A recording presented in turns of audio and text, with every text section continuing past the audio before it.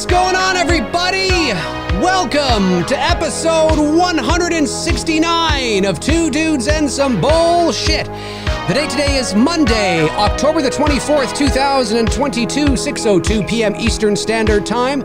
My name's Dave McRae, coming to you live from the VoiceMann Studios in Toronto, Canada. He's Tony Michael in Atlanta, Georgia. And tonight, we are watching the producer's cut of Halloween 6, The Curse of Michael Myers. Ladies and gentlemen, we are live! We are live, ladies and gentlemen, the producer's cut of Halloween 6, The Curse of Michael Myers. In my opinion, it really doesn't matter what cut you watch. It's just the same old...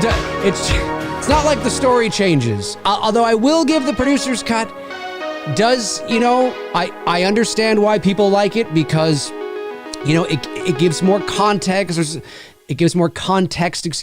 a little more Loomis, and I get all that. But at the end of the day, it is just the same shit. But nonetheless, one thing that this movie does have going for it, of course, got great fall atmosphere, but it's still the dog shit movie that everybody knows what it is.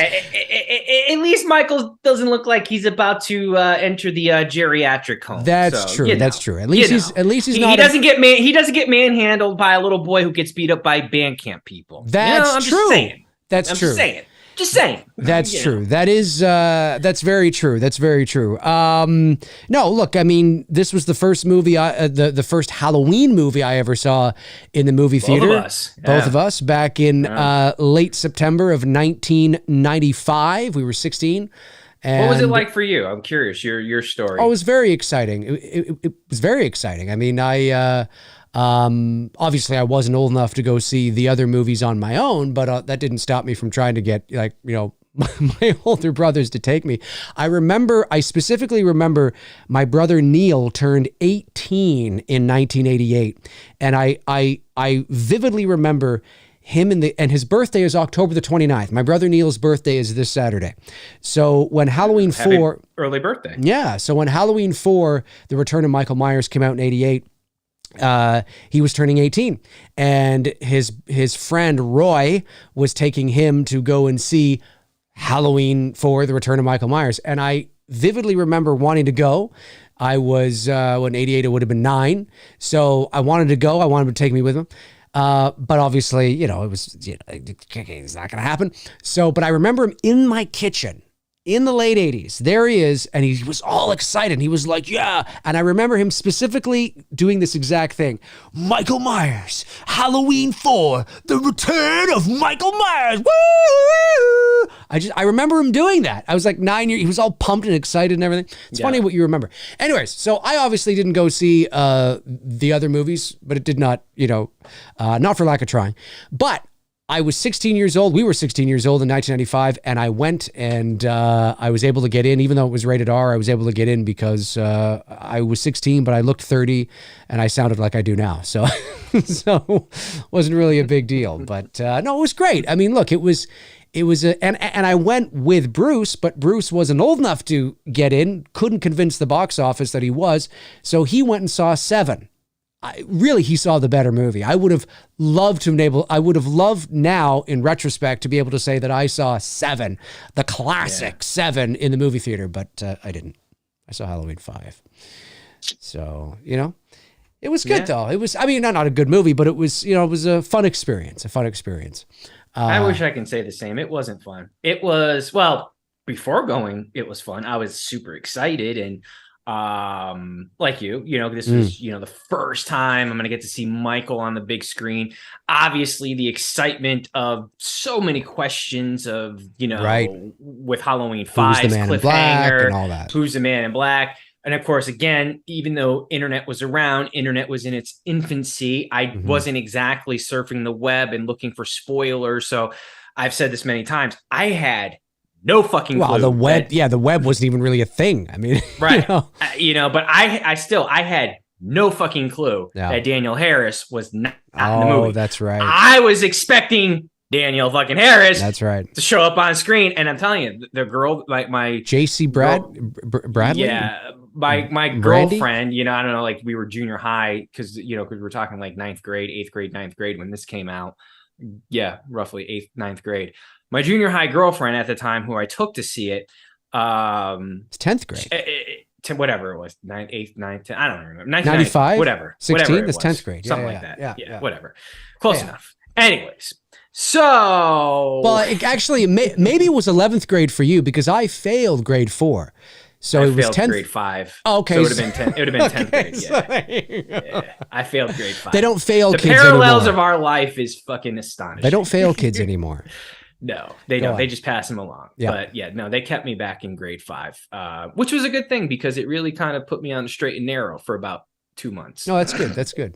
Humbled you. Anyway, go on. Me. Well, no, I mean, I wish she could tell the story because it's really her reaction. Watching my reaction is what makes the story funny because the way she describes it, and, you know, she'll talk about it with her husband because I'm still friends with her, and she's got, you know, great kids and all that stuff like that. And whenever I've seen her visiting Connecticut, she'll always tell the story. She's like, he was so excited. He was, gonna see Michael Myers on the big screen for the first time, and it was just like this gradual, within minutes, descent into total misery. I started cussing at the screen. I was so like, if you thought my flip out last week during N's review was bad, now just imagine that while watching the fucking movie at 16 years old, you know what I mean? And I was pissed. I mean, because first, not seeing Danielle Harris playing Jamie Lloyd, I was like, what the fuck is going on here? And then it just, like I said, man, it just was just this descent into total misery, walking out of there. The only thing that salvaged that night was afterwards, a group of us we have a chain of restaurants up in the Northeast called Friendly's. And I don't know if you've heard of it. Visiting the North. Okay. It's like, you ever heard of Big Boys? Abdal Big Boys? No, but I'm sure I've been to. Yes. Denny's? Yes. Okay. Yes. Perfect. Yes, Friendly's is like a Denny's. We have Denny's. Okay, cool. So basically the same type of concept. So we all went to Friendly's afterwards and smoked a nice joint, and I was feeling good, but I wasn't feeling good watching the movie for 90 minutes. I was just, I mean, like you said, bro, the aesthetic look of this film is the best in all the franchise, you know, as far as like, it's one of them. You feel like you feel like you're in October. It feels like Halloween season. Yep. So nothing wrong aesthetically with the movie. The score Alan does is decent. You know what I mean? It's not one that I've, reached for to add to my collection. Maybe if they do a vinyl, special edition of this, I might add it. It has a little bit more of a guitar 90s riff. The score. Yeah, which it was the time, you know what I mean? Yeah. That mid, 90s grunge rock, hard, that almost, we were on the threshold of like Creed coming out and whatnot. But the kills were good. I mean, some of the kills were pretty solid. No complaints with Donald Pleasance, even though he looked hammered half the time on, I think he was just tired. I'm sure his age. He was hammered everything. In 5. 5 is the one where he's really hammered. His age, I'm sure, played a huge factor, obviously, as well. And he died. Before the movie even came out. The frustrating thing with this franchise, man, is that I really wish we were old enough to have, but then we would be older now. But at least to have had the experience to see Halloween 4 on the big screen, because then I could at least look back and go, I got that one good experience where I walked out of the theater feeling really good about a Halloween film.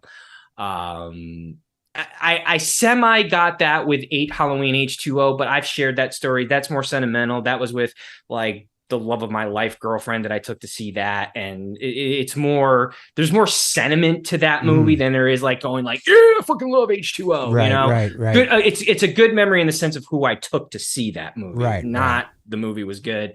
Right. Rob Zombie's first one, I know you don't like it. I like it, I didn't leave the theater being disappointed, but I didn't certainly leave the theater going, man, that was a fucking incredible Halloween movie. It was more like, it was fun. You know what I mean? Like, And yeah, I just want once, once in my life, bro. I want to leave a theater going, fuck yeah, that was a really good Halloween movie. Oh, maybe one day. Maybe one day. Maybe one day. All right. So before we jump into the movie here, there's something you wanted to address. Do you want me to go first, or do you want to go first? Or it looks I'm gonna keep an eye out on Laura Burns here and see if she fucks with my connection, because she's due to screw so you with wanted us, to okay. So you wanted to give. I wasn't going to address this, but I'll give you my thoughts. In regards to the, I don't know your thoughts. Yeah. So in regards to the whole drama, the whole we're about to get 90210 up in this bitch, and there really isn't any drama. So the whole Danielle Harris and Scout and Jamie Lee Curtis fiasco. First of all, I think also sounds like Heather Langenkamp had a little run-in with her as well. I have no idea. First of all, let me I speak not run-in, but a thing. Right. I should say run-in sounds bad. That's bad wording. A thing, a little maybe possibly a miscommunication between her and Heather. No idea. I wasn't there, but I will say this: I did listen to the podcast. I listened to how they explained it. They were very cordial and polite. And they were professional. I think to no surprise, it should be to anybody, that it's the internet that is really sort of, oh, Jamie Lee Curtis a fucking bitch. Scout and Danielle didn't say that. They didn't allude to that. They didn't suggest that. They didn't say it was the worst experience in their lives. I don't pretend to know what Jamie Lee Curtis was thinking or doing, although I will say this. I've not walked, hundreds of red carpets in my life, but I've walked a few. I've walked several here in Toronto at film festivals. I've walked 3 times a red carpet at Warner Brothers. Not a Hollywood movie premiere. It's in the world of voice acting, but there were Hollywood A-listers there. It was a big event. So I have a little bit of experience, in sort of that environment and what the vibe is to that environment. I don't claim to be the expert, but I'm just saying I've been in that environment, and not everybody has. So I come at this from a place of at least a little bit of experience. And I will say that everything I'm hearing, and I spoke to somebody who works in the business who shared their thoughts and whatnot as well. And so I happen to agree with everything this person said. So look, let's start with the red carpet thing. So Danielle Harris and Scout were invited by Malik, it sounds like, if I'm not mistaken. That's great. They were invited. They were excited. They didn't think they were going to get invited, and they did, and they got there, and they were allowed on the red carpet, and they were walking, all that kind of stuff. And then Jamie Lee Curtis was not there, of course. And then she shows up towards the end, and the publicists and everybody were saying, okay, everybody back, off to the side, blah, blah, blah. That is, first of all, let me tell you, that is not uncommon. That happens all the time. This is, with all due respect, and listen, they know this. I'm not telling it to Scout and Danielle. At least I assume they know this. This isn't their first go around in the business. But to anybody out there who may not know about this kind of stuff, that is not uncommon. It is not Danielle and Scout's movie. Danielle and Scout are not A-list talent. It has nothing to do with them. They were invited, they're guests. Yes, they're Halloween alum, sure, but it's not their movie. It has absolutely unequivocally nothing to do with them. And so when Jamie Lee Curtis arrives, it is not uncommon for people to say, okay, everybody back, because they want Curtis on the carpet. First and foremost, they want to get shots of her on the carpet alone, by herself, with the big signage. But it's all a game. People have to understand that it's all part of the promotion. It's all part of the shtick. It's all part of the game. There are certain photographers that are hired that are meant to follow certain people for the night. That's their job, is to get shots. It's all about image and promotion. Boost their fucking egos. 100%. But it's all part of the game, right? So to be ushered off to the side, okay, folks, Curtis is here. Back, please. Everybody back here, over here, this way, please. It doesn't matter if you're Danielle Harris or not. It ain't your movie. It's not your movie. So yeah, you move over to the side, right? Now, she knows that. I'm not coming down on Danielle. I'm not coming down on Scout. And they acknowledged that in the podcast. And they knew that. Right. Yeah. And they were like, yeah, we totally get it. Yeah, but it's, you got to move over to the side, right? That's what it is. Here comes the star. Here comes the star of this film. And a similar experience happened to me when my first Voice Arts Awards with William Shatner. So I was on the red carpet. Good old Bill Shatner.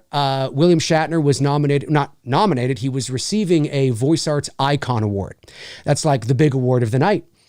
One of the big awards of the night. And I was a nominee. I was there, right? I'm a professional. I'm there, but I'm not getting the Icon Award. Okay. So, but I'm on the red carpet and I'm there with my lady and, we're having fun and we're taking photos and stuff. And we were sort of getting to the end. And then somebody, I forget who it was that came by. I don't know if it was security or maybe it was his publicist. I'm not sure. But that kind of thing happened. Was like, okay, folks, William Shatner's here. We want to get him on the red carpet. And he was able to go onto the red carpet. They had photos of just him. And then the president of the Voice Arts Awards came on with him, Rudy Gaskins, and they were getting photos and nobody else was allowed on. Everybody had to wait, because you know what? I'm not William Shatner, and that's the reality. So, that's the reality. Yeah. So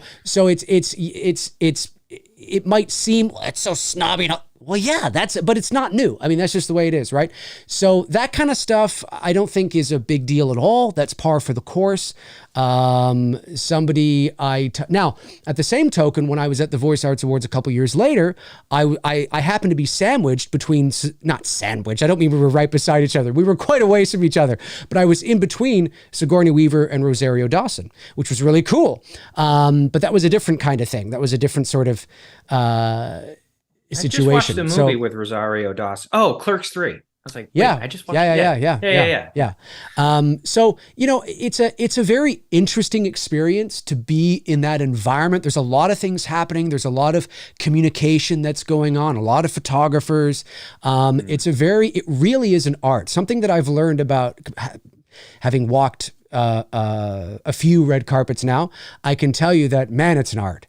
And I mean, the more you walk and the higher of a stature maybe you are, the more that you get used to it and it just becomes par for the course and you know what to do, how to stand, where to look, what to look at, because these are photos that are going to go up in Getty Images and out into the such and such, right? So, you're like, where do you stand? How do you look? All that kind of shit.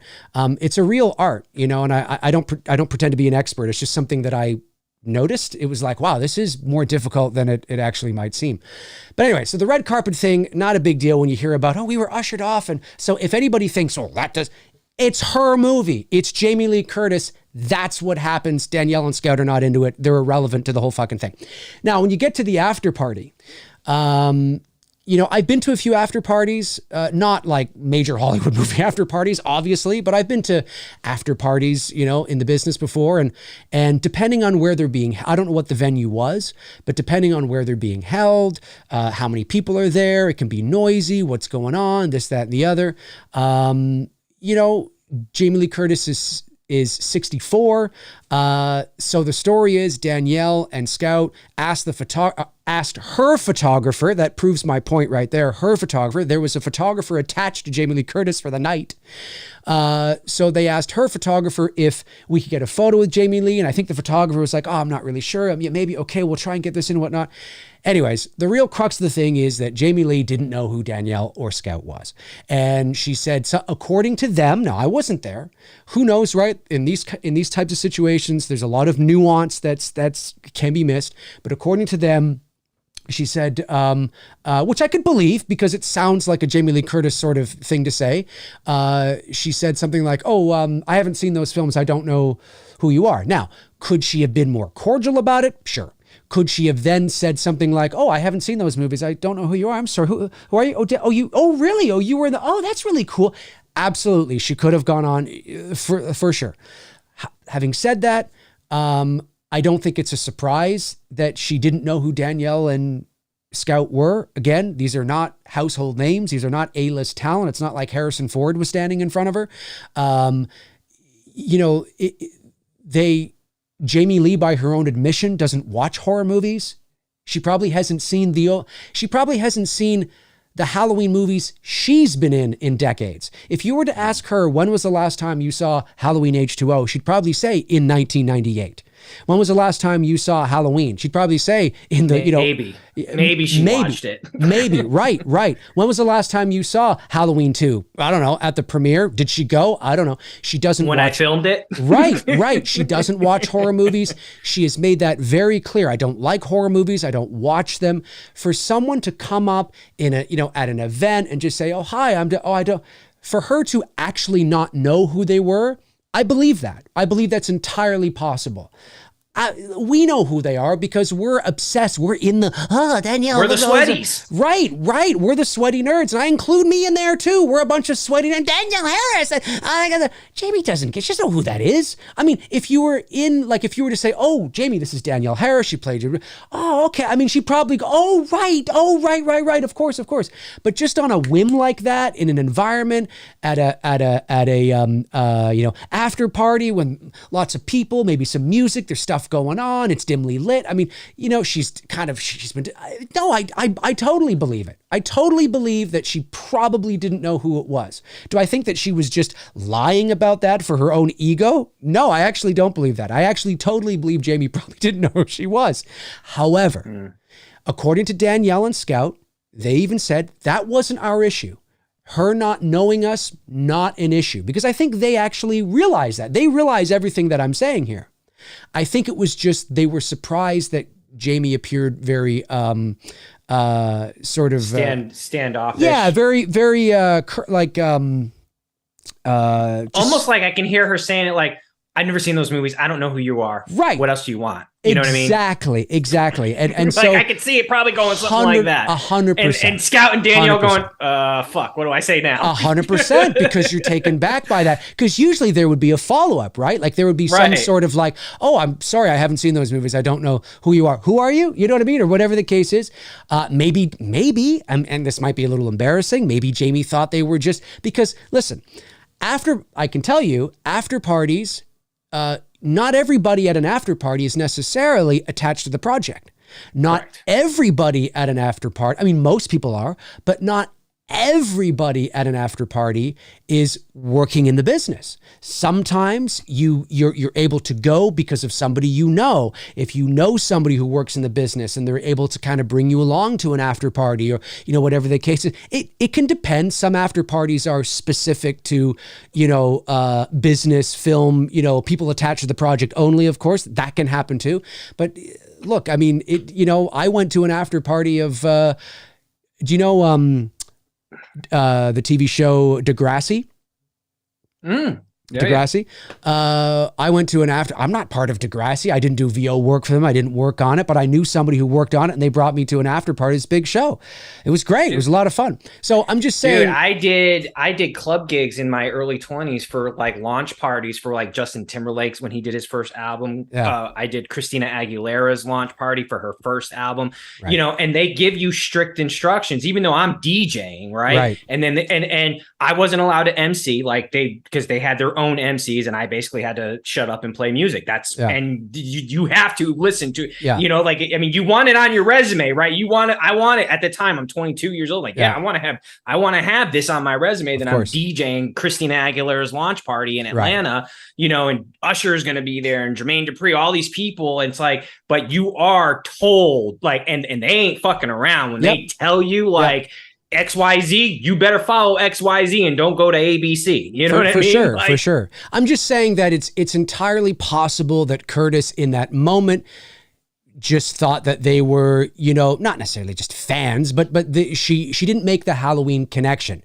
right away. Like, "Oh, you're part of you're in a movie about, oh, I haven't seen those films. I'm sorry, I don't know." She just didn't make the connection. So that's all I want to say on it, is that I think the people listening to the podcast have made more of a deal than it really is. I now see the story being shared and all that kind of stuff. And I will say this. I got wind. Obviously, I'm not going to say how or from who, but I got wind that Danielle and Curtis have spoken So do not be surprised. And it's fine. Everything's fine. So do not be surprised if in the near future, they talk about that on their podcast. And so maybe even Curtis will come on. I have no idea. I'm not privy to the details of the conversation. I just got wind that a conversation happened. So I wouldn't be surprised if it's mentioned the next time they have a podcast. So Tony. Yo. Yeah, I mean, when I Sweet Tea shared, and we will get to the movie in just a sec, folks. Yeah, we will. Sweet Tea shared the story with me on Facebook. I've never listened to the girls. I don't listen to podcasts at all. Like I'm not a podcast listener. So this is the first. I mean, I've caught clips of their podcast at Scout and Danielle's, and any clip I ever caught, they're usually talking about what dildo they're using on themselves or some shit. I don't know. They're it's very which sexual. Is fine. Which I love that they're open about their sexuality, and I think it's fucking great. But that's the only clips I've ever. So this was the first time I've actually listened to it from start to finish. Two things I took away from it. One, it's actually the first episode I ever listened to. Same. I wish I got this sense with Scout. She definitely wears her emotions on her sleeve, where Danielle's like, fuck you, I don't care.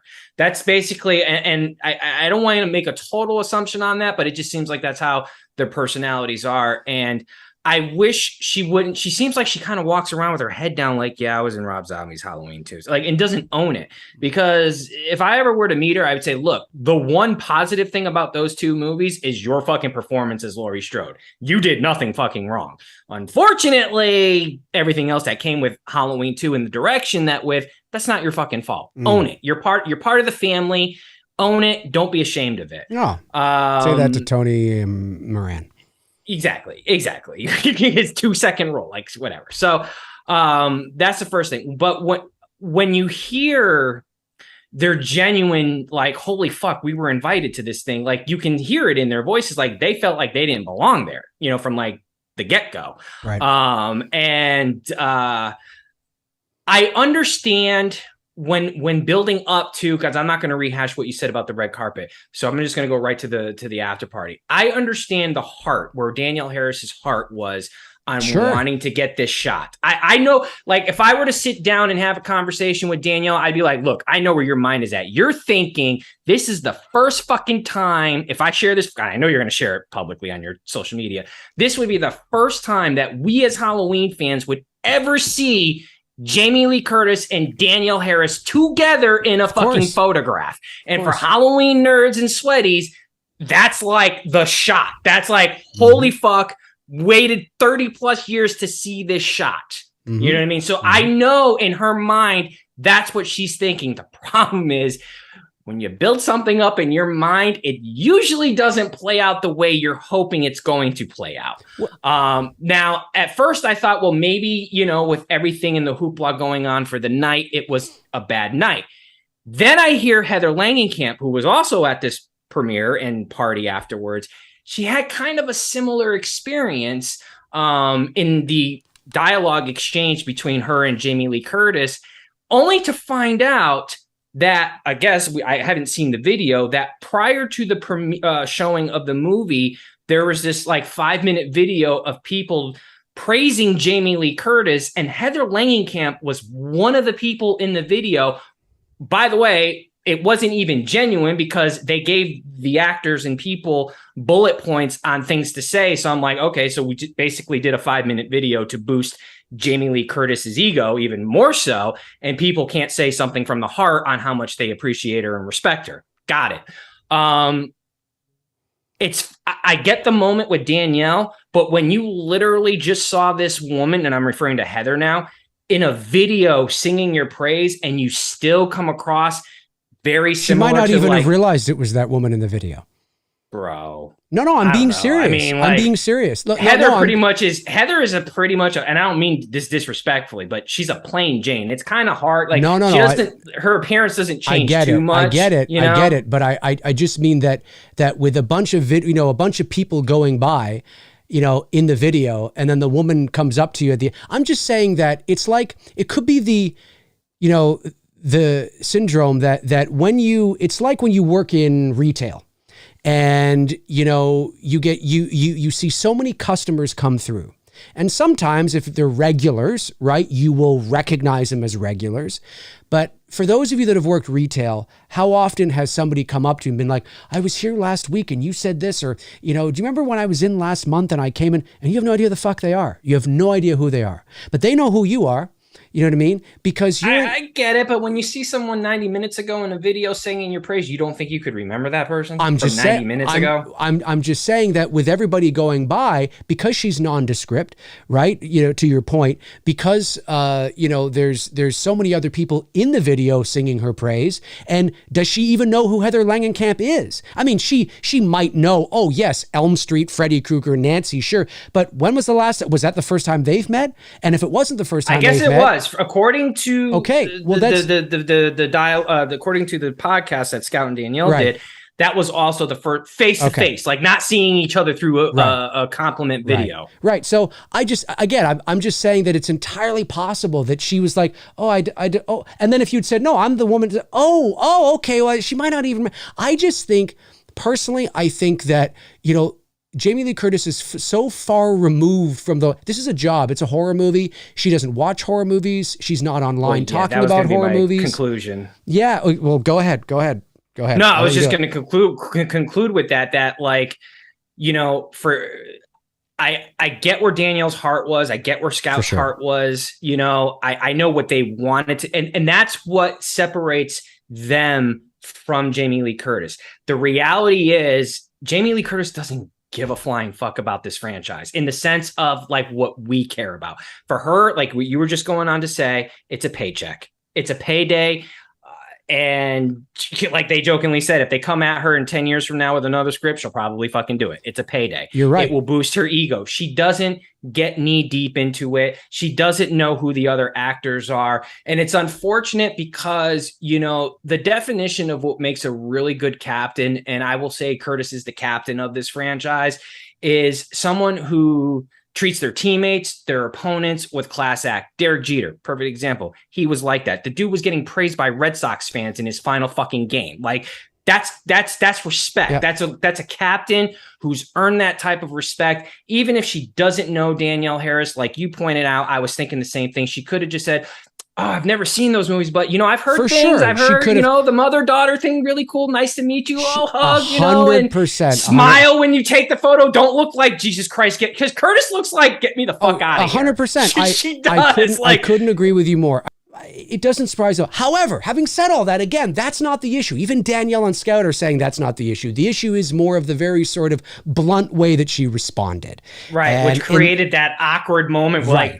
Like, you've been there. We've all had those moments where you're like, well, fuck, now what do I say? Like, goddamn, like this got awkward really quick. For sure. But I think I would have left that going, and I would have told Danielle this. I said, if here's what I would say. If that was my first meeting with Jamie Lee Curtis, I would have walked away from that going, I am not fucking surprised. I just want to address something here in the chat. The Primetime podcast says, nah, Harris still looks good. Relax. I don't know. I'm not talking about her looks. Exactly. I don't know if you're responding to somebody else in the chat. Maybe you are. I haven't looked here. Because we haven't said anything about her. I'm just going to say, I hope it has nothing to do with that, because I'm not talking about Danielle's looks. I'm talking about the footprint, right? You know, in terms of well, and unfortunate for Danielle, relativity. Sorry, go ahead. Her is because I do believe I will stand by this, because she has talent as an actress. Danielle Harris is great. There's nothing, and so is Scout. The problem is her height. Is her height. If Danielle Harris was the same height as Jamie Lee Curtis, I'm a firm believer she would have had a different trajectory in Hollywood. Maybe. Because height does play a factor. Well, I mean, you know, when you're casting your leads, does. You know, it does. You got to have it look good on camera. I mean, that's sure. I just want people to know that it's hard for horror fans to understand that. Not all, but it is not difficult for me to see that at all. It really isn't. And the person I spoke to about this agrees as well. And they work in the business all the time. Like they deal with this kind of shit all the time. It's not, but that wasn't the issue. The issue is how she responded. And like I said, I've gotten wind that they've talked and that everything's fine. So, it really only angers. Jamie, I mean, that's, that's what it is, right? So yeah, I think it's fine. You'll probably hear about it on a future podcast very soon. That everything's fine. Sure of it. But I will say, what I was saying is, if I had that encounter, movie starting in a minute, with Danielle Harris, I would have been shocked, because that's not the type of response I would have expected from her. I would expect that response from Jamie Lee Curtis, but not so much Harris, because if I were to be real, who would I rather have on this show to shoot the shit for an hour about horror movies? I'd rather have Danielle Harris in the bunker with us shooting the shit, because I think the conversation with Jamie Lee Curtis would probably end within 5 minutes, because then she'd want to go into something else and talk about something else, which there's nothing wrong with that. And here's my point. Michael King says JLC knows who Danielle Harris is. Come on, Dave. Right. But does she know who Danielle Harris is to walk up to her out of the blue unannounced and just say, "Hi, I'm Danielle Harris," right then and there, to recognize her? Not necessarily. Is it a name that Jamie Lee Curtis would know instantly? You think so. I'm not so convinced of. We think so because we're so into horror. How could Jamie Lee not know? Because she doesn't care.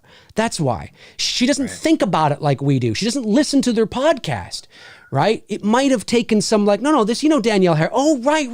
Yeah. It could be that kind of thing. Listen, if you don't want to agree with me, that's fine. But I'm telling you, I've seen shit like this, and it happens. And so this kind of stuff doesn't surprise me at all. It doesn't surprise me at all. It doesn't surprise me at all. Not at all. But yeah, she could have been more cordial about it, and she could have been more engaging. And that's what it's all about. Be cordial, be friendly. You build something up in your head is your worst enemy. And I also think Scout and Danielle are guilty of that, for building it up in their head to have this romanticized moment of meeting Jamie Lee Curtis. And like I said, playing it off, having fun at the after party, like, "Oh, mom, oh, dad." Yeah. Like, you know what I mean? Like instead it went in a different direction, and it went there pretty quick. And it seemed to also go there with Heather Langenkamp, which is unfortunate. Yeah. Look, we don't know what was going through Jamie Lee's head at the time. You know what I mean? No idea. Maybe she's realizing that she's walked out of the theater. Fuck, what did we do? You know what I mean? Like, maybe she's in panic mode because she's worried of the negative backlash that's about to come, because she had only, from my understanding, she watched the movie once in a private screening.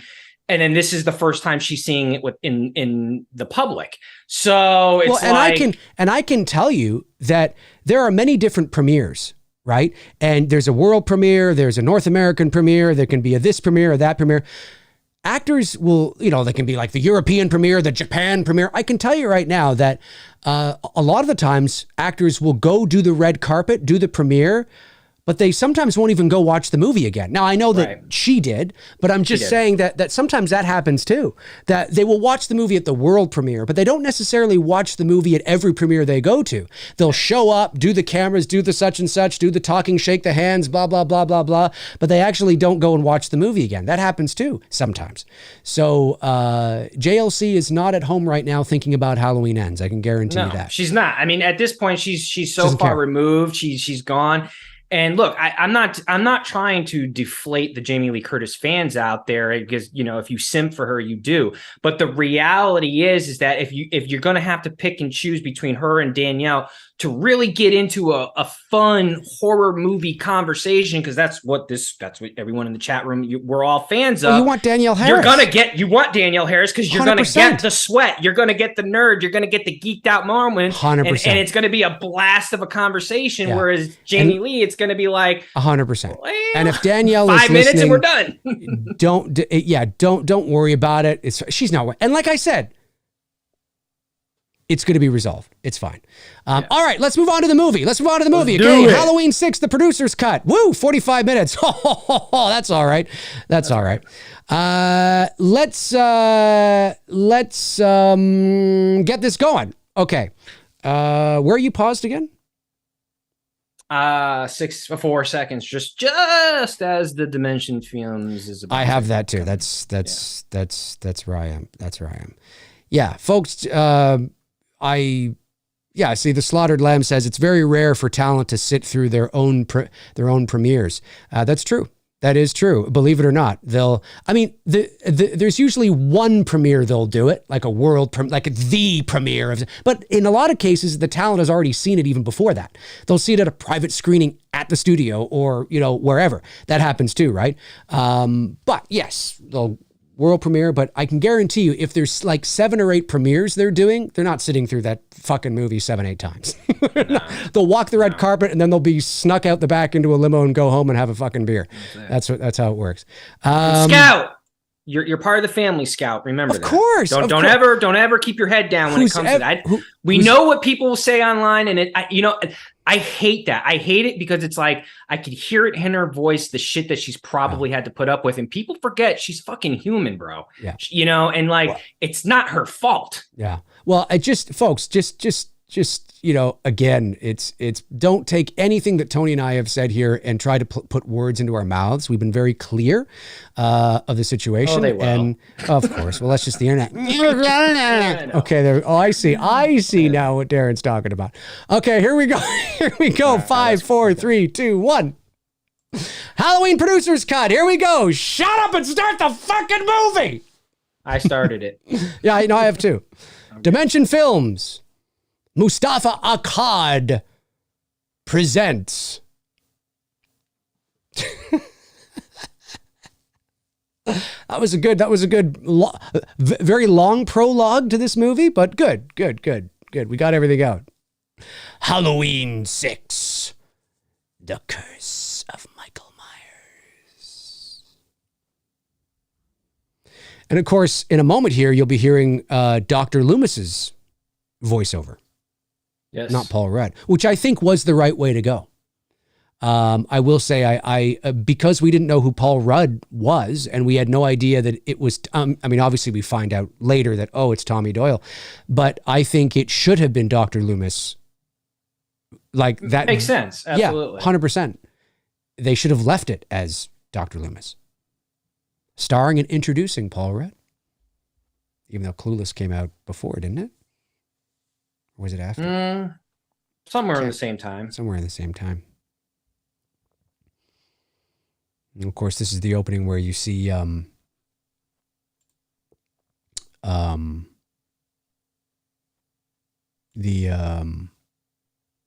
Jamie about to give birth.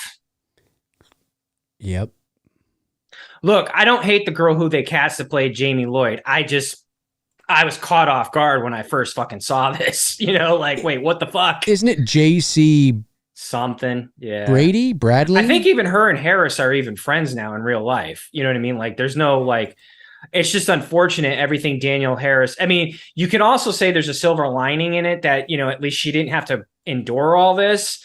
Right. And be a part of it. But to hear the steps that she went to emancipate herself and all this to get herself. And see, that's the type of shit I respect about Harris, because this chick will fucking cut off her left arm to be in a Halloween movie. You know what I mean? She wants to be a part of it. And that's the type of enthusiasm I like from someone who's, a part of this franchise. Right. And for her, again, it could be a blessing in disguise that she's not in this fucking crazy ass movie. Yeah. There's the man in black. There he is, the man in black. The man in black. Danny. Kill for me, Danny. It would have been awesome if he got all Emperor. Danny, kill for me. Kill for me, Danny. Do it. Good. Strike me down and I will become more powerful. I can feel your anger. Strike me down with all of your hatred, and your journey towards the Thorn Cult will be complete. Yes! Oh, here we go. There he is, the man. Hello. Dr. Loomis. Dr. Loomis.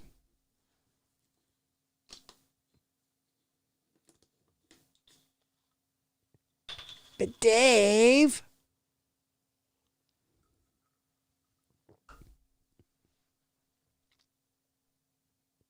Mayhem. Mayhem Bloody Hell.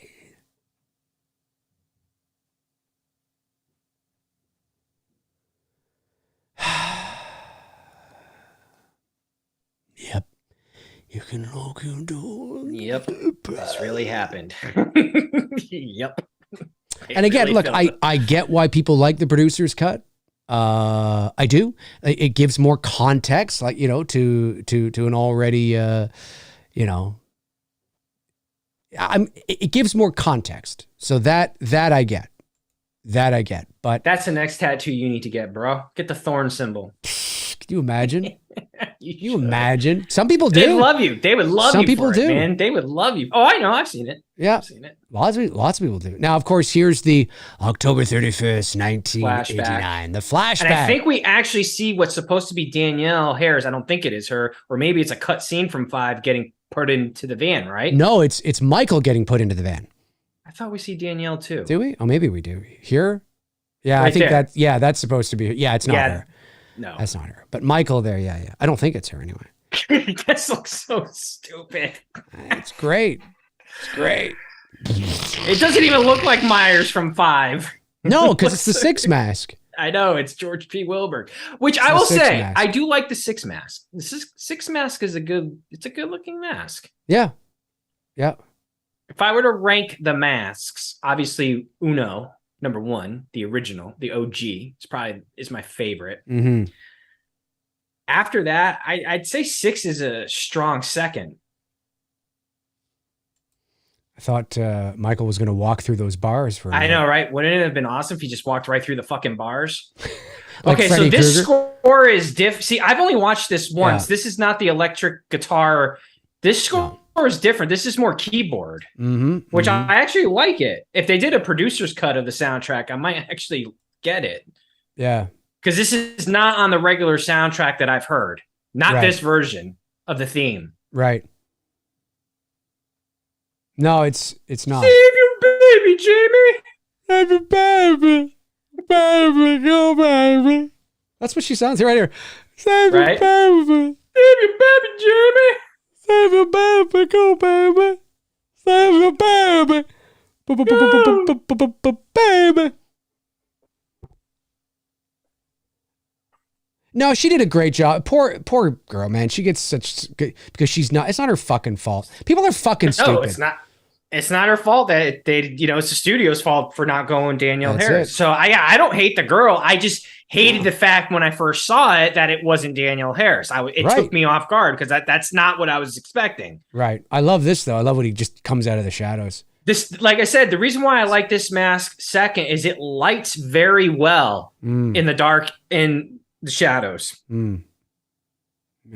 Yeah, this theme is different. This is not the theme in the original. No, this theme is actually better. Yeah. Kills are great. Yeah, it's good Kills stuff. are great. Good old George P. Wilbur, ladies and gentlemen. George.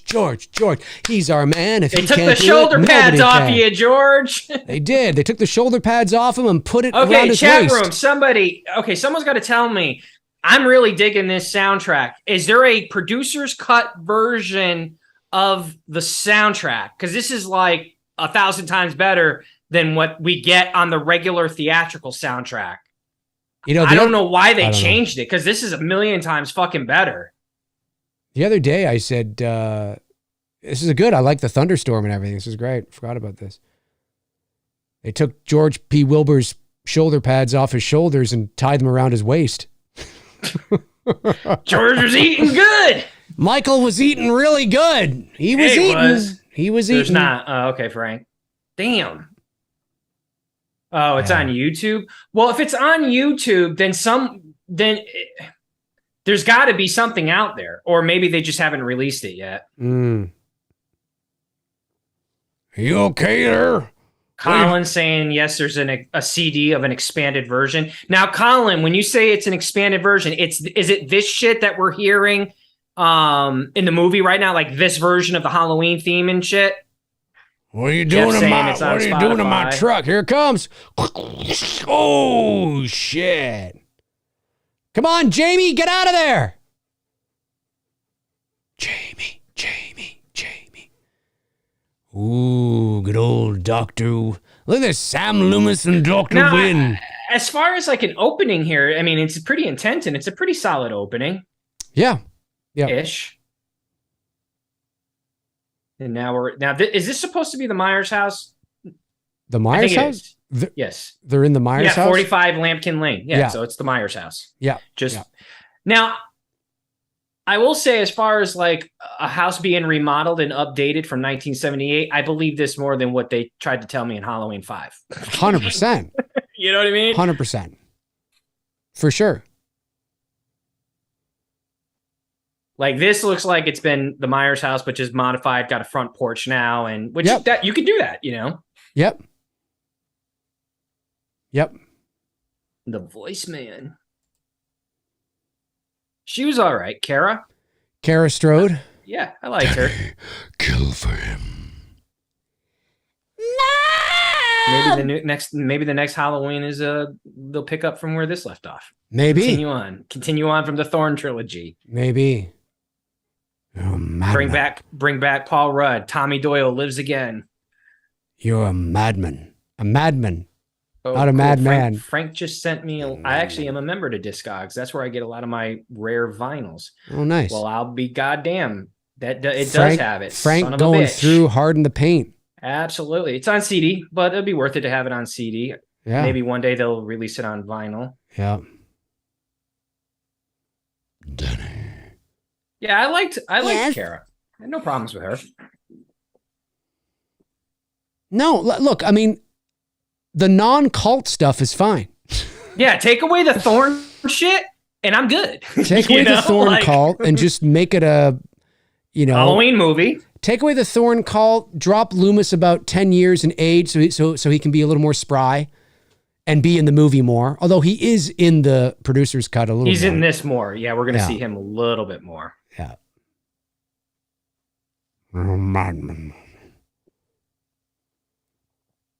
Where are you right now? Kara she's giving us a striptease. Right. Yeah. Same. 11 minutes, 13 seconds. Yep. Yep. This is totally mid-90s. Girls rocking the big old baggy boxer shorts. That was a thing in the 90s. Yeah.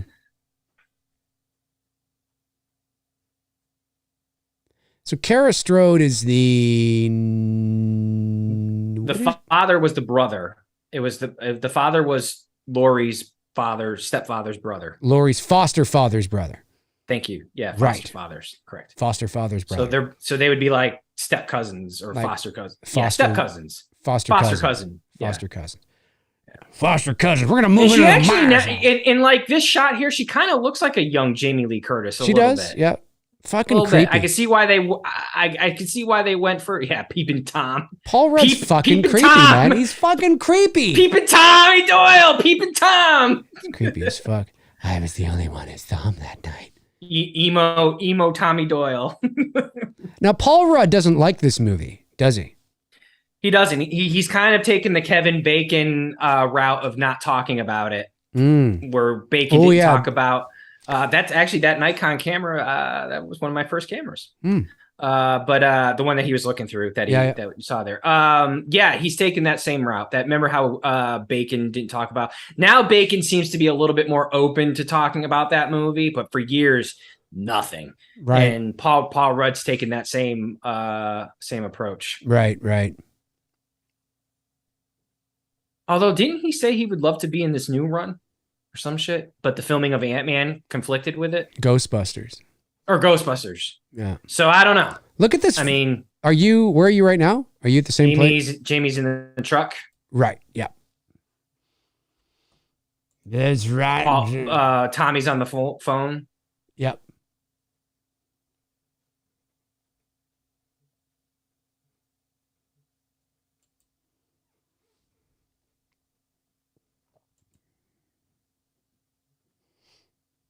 Yeah. Yeah, it's good atmosphere in this opening.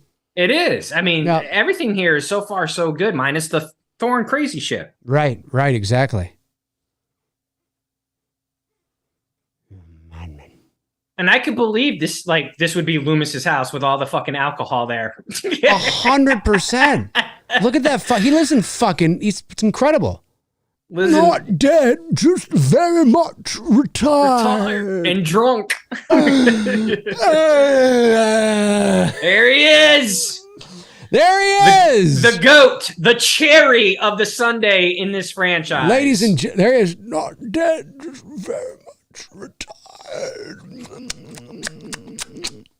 Give him credit, man. Good, No, he bad, or rocked it, indifferent. man. He He rocked it. did it. He did it. He did He it. did it. He rocked it. What a night. Win. This doesn't, although Dr. Wynn looks nothing like the guy from 1978. Now, for Christ's sake, Sam, Haddonfield's 150 miles away from here. He can't drive a car. He was doing very well last night. No, in fact, it looks like an older version of Tom Atkins a little bit. Yeah.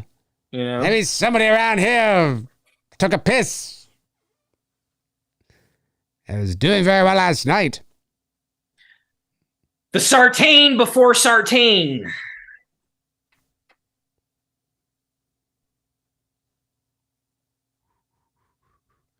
The Sartain. So, you want to drink, Dr. Loomis? Absolutely! Where's the rum? Why is the rum gone? He sounds drunk here. He is drunk. He's fucking hammered. Him and Captain Jack drinking that rum together. Yep. And the blood is from yeah, put a mustache on Ryan here, and it's Atkins. It's Chalice. Absolutely. And now, in the producer's cut, doesn't she survive a bit longer? I've only seen this once. I can't remember. Yeah, I can't remember either. Yeah, she does. I think she survived. She goes to the hospital. Yeah, and she gets like godfathered. Yeah, she's like she makes it to the hospital or something. Horrible way to kill this character off, man. Yeah. Like, God, such a disservice. Danielle, if you ever should come across this video, and I highly doubt it, you didn't miss anything. No. You were spared. Michael Myers. He's a madman. A madman.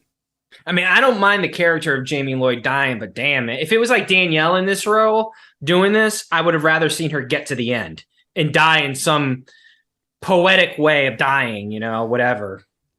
I think, Danielle, if you're watching, I think you've got it wrong. I think it should be you should want to do a direct sequel to Halloween 4. Absolutely. And then you can bring back Rachel. Ellie. Yes. Bring back Rachel. Yes. Rachel. Don't, whatever you want to, Halloween 5, unless she loves Halloween 5. I think maybe Danielle. God, there's so much potential you can do with a direct sequel to 4, though. I mean, there really is. You open up so many doors. You don't have to go down the Thorn route.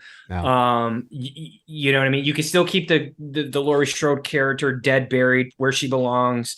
You know, and I don't know. I just think they could make a really good movie with the two of them, you know, together again. It would just, but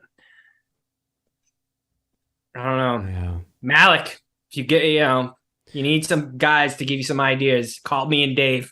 What else we got a few. What else has this actress done? I'm sure I've seen her in other things. JC Brandy? Yeah. I don't know, man. It's got to be other things. She's got to be like, God, in her at least late 40s now, probably. Depends how old she is there. This is nearly 30 years ago now. Isn't that hard to believe? This movie is nearly 30 years ago. We're getting old, bro. That's insane. That's insane that this movie is nearly 30 years.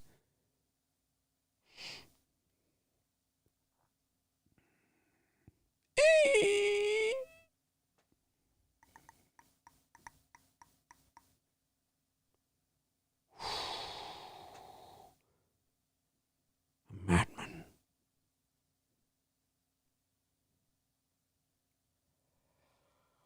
Dr. Loomis. 243 people watching. You sexy bitches. Sexy motherfuckers. Yeah, I think. Oh. Oh, my pumpkin went out. I knew I should have fucking charged it. God damn it. Pumpkin. Yeah. I didn't. It's a what do you call it? A lightning charger. Oh, okay. And I didn't charge it because I've been running it as we're getting closer to Halloween. Yeah. At least this movie did go back to the, like it in terms of its aesthetic and the way it's lit and everything, it feels more like a direct sequel to 4. Sorry, I'm not laughing at you. I'm laughing at what Thomas Cohn just said. That would have been hilarious if Jamie Lee Curtis said to Daniel Harris, "I loved you in Curse of Michael Myers." Oh man, that would have been brutal. I would have been coming out with the Kelso burn. I loved you in the Curse of Michael Myers. The way you died, epic burn. The way that you got shoved onto that farm equipment. Oh. It was just magnificent. It's all in good fun. But see, you know what? We could say that, and if Danielle was here right now, she'd probably be laughing. That's her. That's her. She doesn't like. That's what I like about her. Right. You know what I mean? Like you can joke around and shit like that. Yeah, that is funny. Yeah, we love Danielle Harris and Scott. I don't have any. I think they're great. I don't have issues with them.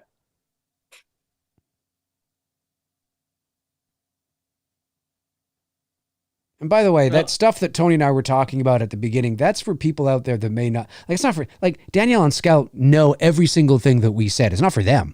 It's for people that were listening to their podcast and suddenly decided, like, the world was caving in on itself and the world was over. And it's like, no, guys, it's really not that serious. It really isn't. Like, there was a part of me, I even said that to Sweet Tea, like, I felt like it was kind of petty, you know, like, I didn't think it needed to be even aired out. Like sometimes you just don't need to do your laundry to the public.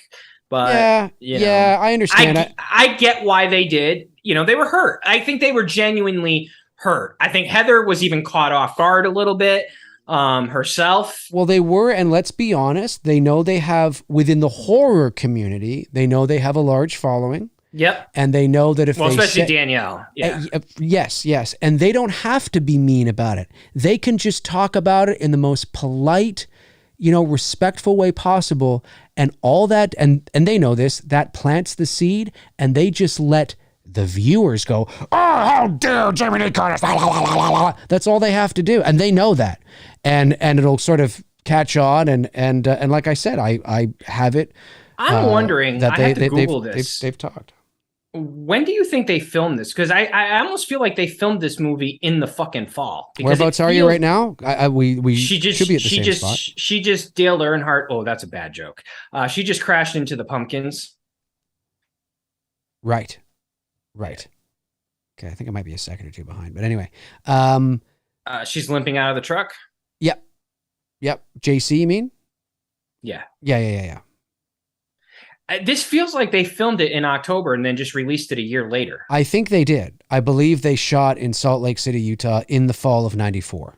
Okay. Because like everything just seems realistic, like the pumpkins and stuff. Because like you can tell, like when you watch Ends and you see the barrel of pumpkins in there, the shit looks fake. Like it looks fake. Yeah. They're prop pumpkins. This looks legit. Like this all looks like they shot it at the right time. Oh, there's Uncle Mikey. There's Uncle Mikey. And she's just sitting there though, right? Looking all like I'm about to pee. Yeah. Just sitting there, doing what I gotta do.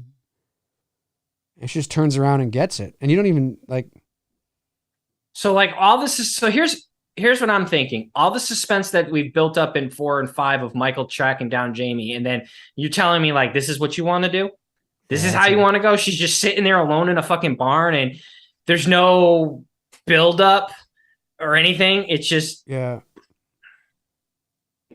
And the theatrical cut, I mean, she really gets it, but it's. Yeah, guys, that was my bad. I shouldn't have said that Dale Earnhardt joke crashed. And I was a big Earnhardt fan, like back in the day. Like I don't really watch NASCAR anymore, but I used to watch NASCAR a lot back in the day with my cousins and my brother. Like those guys are like hardcore into it. Yeah. I got into it a little bit, and yeah, that was a bad joke. That was very, very bad. I shouldn't have said that. When did he die? 2001. Daytona 2001. It's not too Just soon. A few months before 9/11. It's not too soon. I know, but still, that's just, Big John Stud. There's the Myers house theme. Yeah, I think this was in the movie, this theme.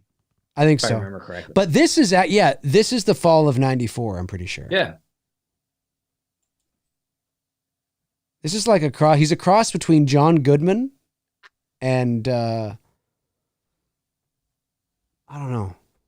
Trying to hide those mountains in the background on that crane shot. I know. He's like a mean John Goodman. Yeah, and that looks like the Halloween 4's Smith's Grove, but just daylight. Mm-hmm.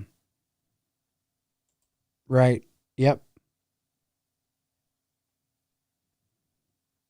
Yeah, this scene here is not even in the theatrical cut. Oh, the exchange between him and Wynn? Yeah. Yeah. I don't even think this scene is even in it at all. Because sometimes there's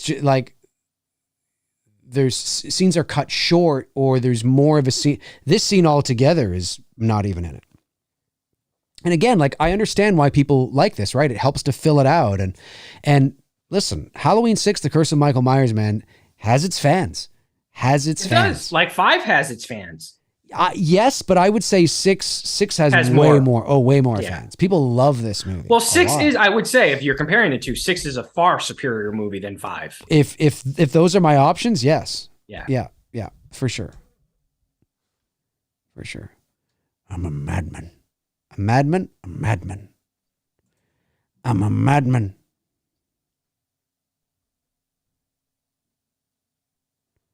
A madman. Michael Myers? Michael Myers?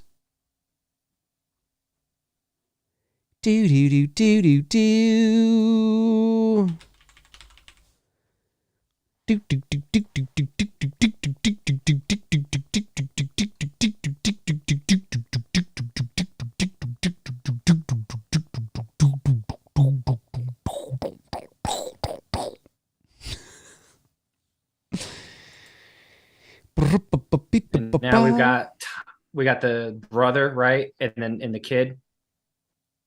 Yep. Okay. Brother and the kid, yep.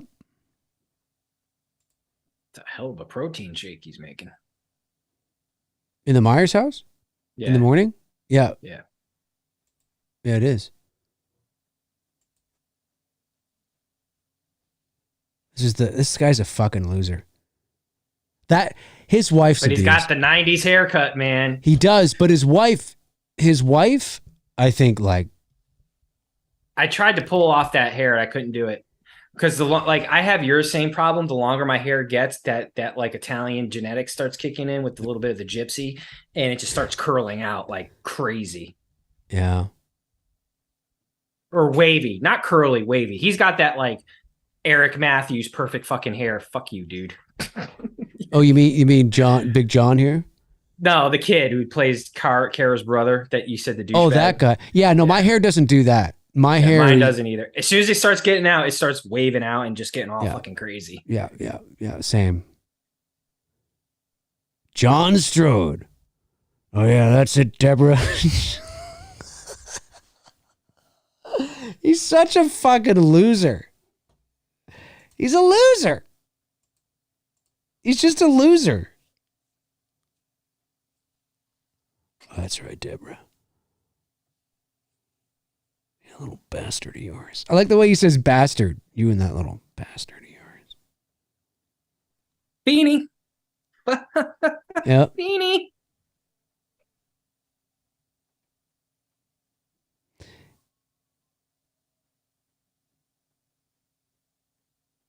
Did he just slap her? He's about to. Yeah. He's about to here, right? I think so. Because he says something about the bastard. Yeah, he's like, you little bastard. Right there. Yeah, and then I see only one bastard in this house.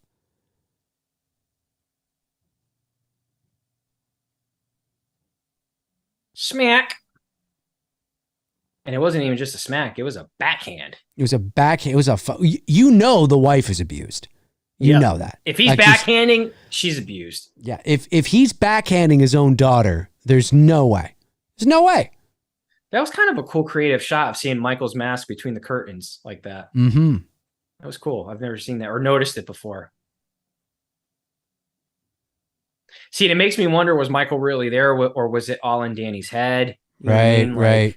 I like how they're playing that. Yeah. I don't not like it. I like how they're playing that. Listen, the producer's cut, you know, like I said, there's some nice things that they add back in there to fill it all out and stuff, but it's just it's still the same story at the end of the day, you know. And Michael walks off. I mean, that she was hot. The redhead, hell yeah. Kara? No, this redhead, the friend. Oh, yeah, her boyfriend. Yeah. Well, right. Kind of brunette, dark hair. Right. And I'm not really like totally like, I'm more of like into blondes. And has she ever, what the hell has she gone on to do? I don't know, but she's got great tits. She does. We're going to see him later. So, I mean, like, if you got him, you got him. They're stupendous, I guess. They're not big. They're small. I'm more of a small, like, handful. That's all I need. I'm not like Vince Vaughn in Wedding Crashers where you got to motorboat it.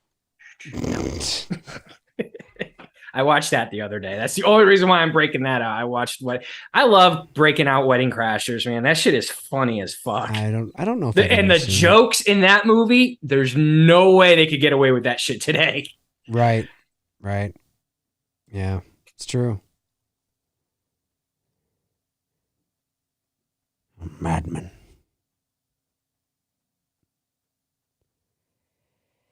Tommy Doyle. Hello, everybody. So what is the chat room thing? You know what? I should put up a poll. You should. Put up a poll. Put up a poll. I'm going to put up a poll. Put up a poll so the guys and girls can dance on it to Motley Crue. Which do you prefer? There he is, peeping Tom, staring out the window.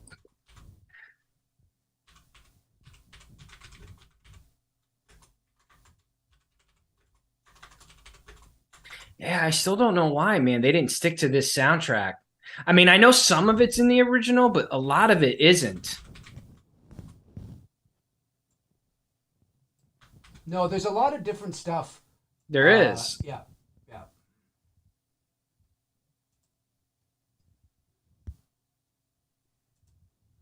What the fuck is going on here?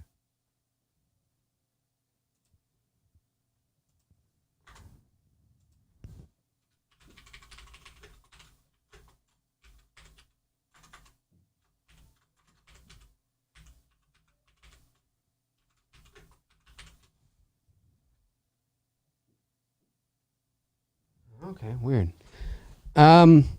Okay. There we go. Put up the poll. We'll see which. I have a feeling the producer's cut's going to win, but maybe I'm not. voting the producer's cut. Maybe not. I was maybe the first one win. to vote. Where are you now? They're at the train station. I'm voting for the producer's cut simply for the fact the soundtrack is 100 times better. Right. It feels like a Halloween movie with the soundtrack.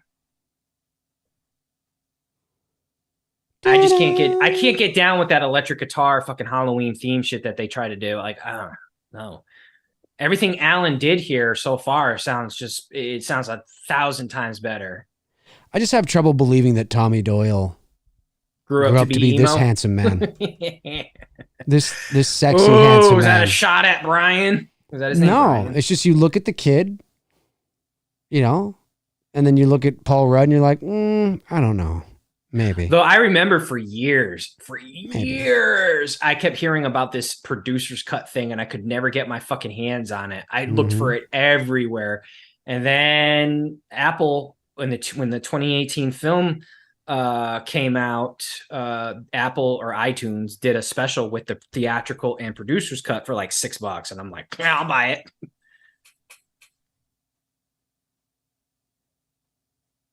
I wish this type of music too was in more of the recent run. You know what I mean? Yes. Of films. We didn't get a lot of this shit. We got some of it. We got some new shit too, which I absolutely fucking love. Yeah. You know what I mean? Especially what's the song called when he's picking up the mask, folks? I can't remember. In Kills. Oh, in Kills? When he's what? Yeah, remember when he bends down to pick up the mask and he's about to fight the mob? There's that epic, like really cool score. That shit's cool. I like that. Listen, the soundtrack for all 3 of David Gordon Green's movies are fucking fantastic. I would say I like, in order, I would go 18 Kills and then Ends. I just wish they did more of the music that we're hearing in this, sprinkled in throughout. You know what I mean? You can tell it's fall too because of the color of the leaves on the trees. It's not just the fact that there's leaves on the ground. Payback. Yes. Thanks, Chester. That's what the song's called. Yeah, Chris, H2O definitely has a different soundtrack. Fucking Creed is on that too, I believe, right? What's this life for? Creed. I remember Creed. I saw them in concert. I will say this. They were one of the best concerts I've seen. Like Creed live, it's a fun rock show. You know, I wasn't like this biggest fan of their... Hold on. I didn't know they had an interaction like that. Okay, then. What? Is that Bracket? Oh, no. Bracket? Bracket came out of retirement. Retired in 1981. Came back. He literally retired 3 years after the whole fucking thing went down. Well, man, his daughter died. Yeah, it's true. And then he became a security guard at the hospital, apparently. Yeah, and then he helped to write The Empire Strikes Back. Absolutely. When you look at the poster for The Empire Strikes Back, it actually says Lee Brackett on it. There's those mountains in the background. Yep. Trying to hide it, but you can't. Can't hide it when you're in fucking Utah. Utah.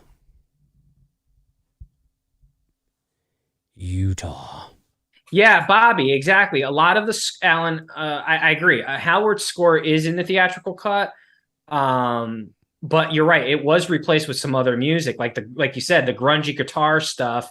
That they were. I get it. It was the mid-90s. That was the style of music that was going on. This that we're hearing right now in this producer's cut, this is what they should have stuck with. Because when I hear this music, it feels like I'm listening to or watching a Halloween movie. Right. And that's what my point to 18 Kills and Ends. Yeah. I wish Carpenter did updated versions of these songs as well too, along with the new shit, because I like some of the new shit he did. Right.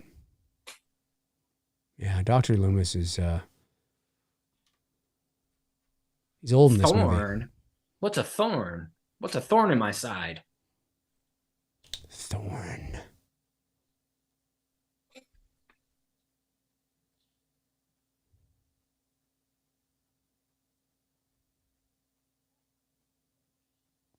Random couples just making out on the school. Yeah, we did that in school. Yep. I concur with that scene. Boom, boom, boom. Boom, boom, boom. Boom, boom. Actually, I like this scene. How it's executed, where she feels like someone's watching her, but she doesn't see him or her. Yep.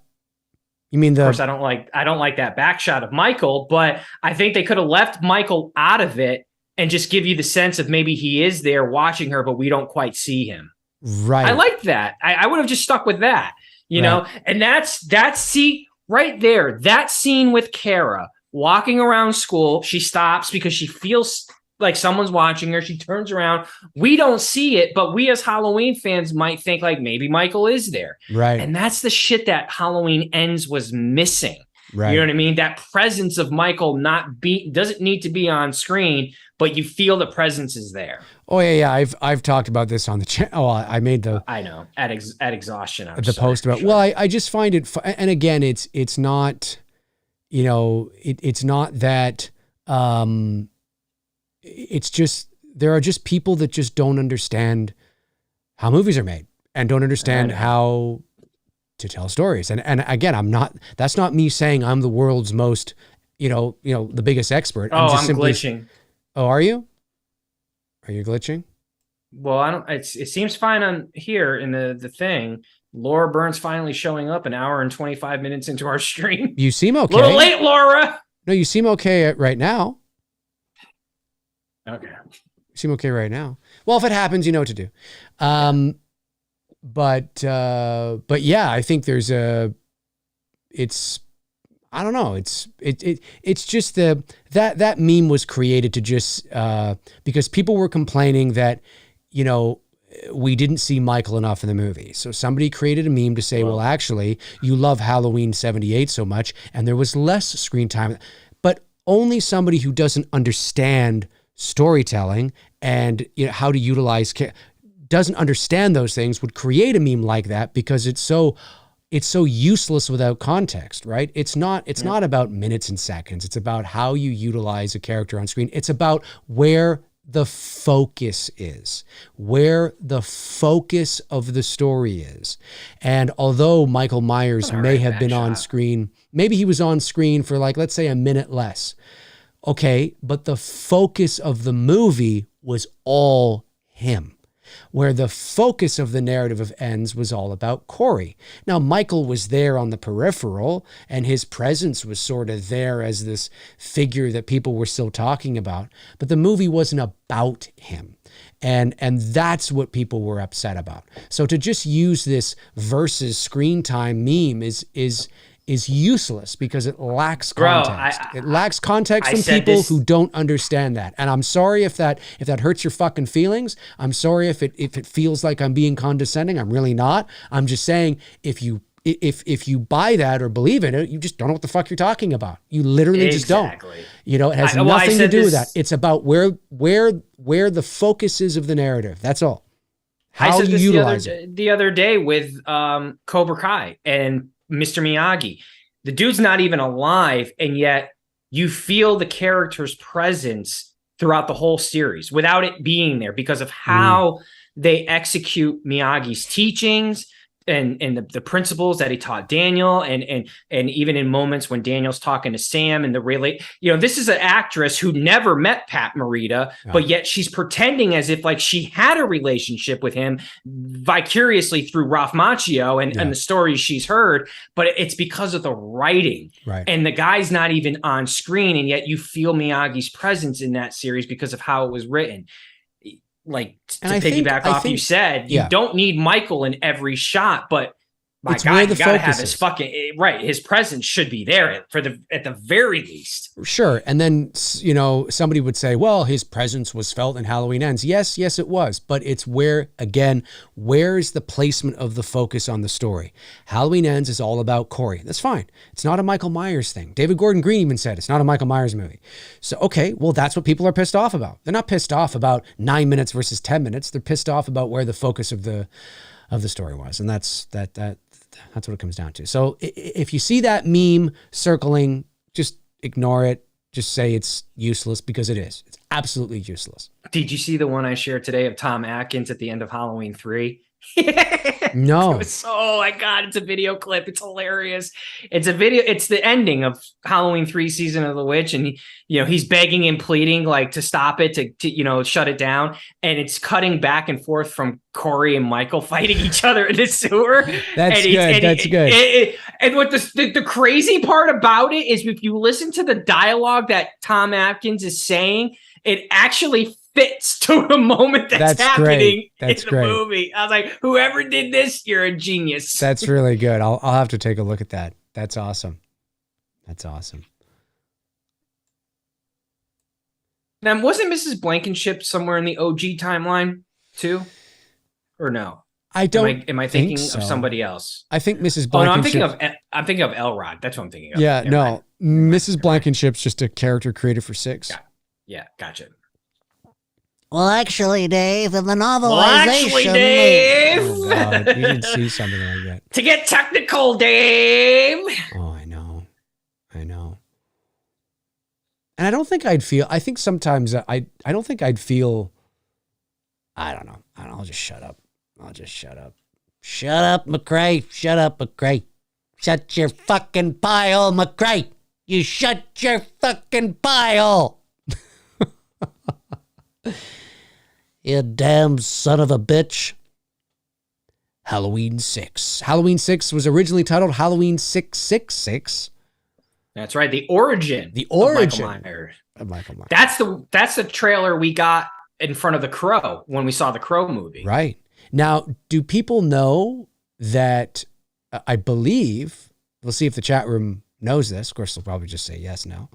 That the title, The Curse of Michael Myers, actually came from, I don't know who it was that said it, but it came from discussions about how the series is cursed. How it's, about how just, like casual, kind of like, oh, yeah, it's just this damn, like, it's like the curse of Michael Myers or whatever. And apparently, so the story goes, somebody was like, oh, that's a great idea. Let's call it that, because you could use curse in another way. Sure. So I don't know if it was a cod that, I don't know, but that's what I heard. And I was like, oh, that's kind of funny. If there's truth to that, that's actually kind of funny. There's Michael in the background. Yep. Creepy. I like it. Yep. Creepy. Wait, where are you now? Why didn't I see him? Are we in the same spot? We have to be. She's on the phone with the dude. Right. She's getting the children out of there. Yep. Okay. John, come with us. Come with us. Right now. John and Deborah. I just got it.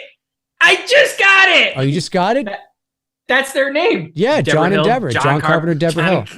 Yeah. I just got it now. Holy totally. Fuck. I'm an idiot. Of course, Deborah Hill would not be as mousy as that woman.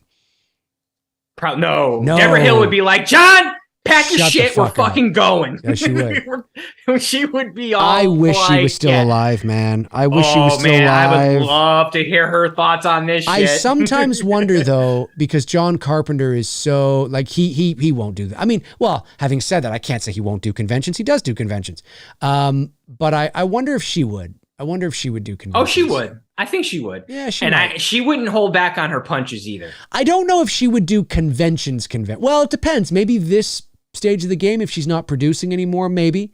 Certainly Halloween ones, perhaps. I wonder if when the 50th anniversary comes around, because there'll be a 45th one next year. I wonder when the big 50 rolls 45 around. Next year. Yeah. And I say this, I don't mean to sound sort of, dark when I say this, but it's just a reality of where people are in their ages. Will Carpenter even be alive still? Right. I mean, he's 70, what? 2 or something like that. Another 5 years will be in his mid-70s. Yeah, I'm sure it's possible. It's also maybe even quite probable.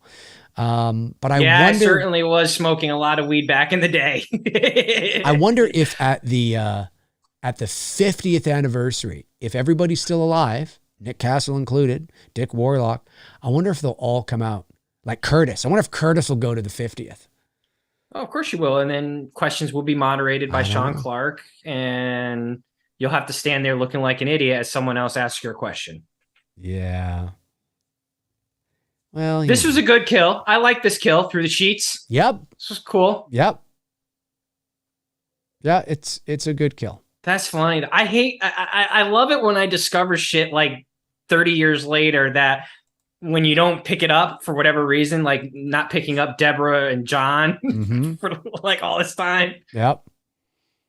And it's a good off-screen kill because you don't need to see it actually happening. Right. You get the message. He's hitting her with the axe. Yeah. The blood splats on the white sheet. It's a good kill. Now, see, this house, where are you right now? Because the kids carrying the pumpkin. The van is. Yeah. And then you see the man in black. Yep. In a second, there it is. Yeah, it's got nylon over his face. By a van. They could have picked maybe another vehicle. I'm just saying, like, might as well just have him like nylon over his face. Nylon over his face. But they've done a good job at making the town look like the Midwest. Yeah. Minus the mountains. Right. In a couple shots, which, it's no fault of their own. They went for the crane shot. I get it. Yeah. It's not a big deal. And it's going to be hard to hide it. But yeah, no, I believe it. This is Haddonfield. This is when I see this setting and backdrop. This is how I envision Haddonfield to look like. Yeah. Like maybe that's the hospital that you see in the background. Right. That care from Halloween 2. You know what I mean? Like, I believe it, Well, and Halloween 2 in these films is canon. It is.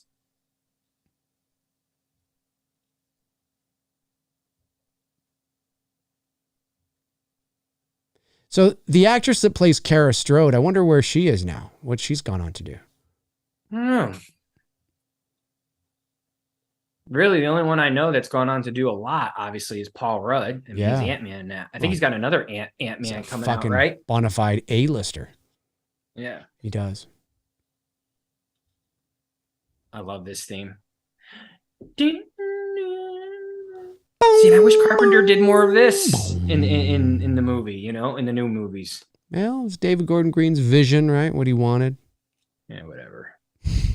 Just because you want something doesn't mean you should do it. Doesn't mean you should get it. There is going to be a Michael Myers in this Michael Myers movie, right? Nope.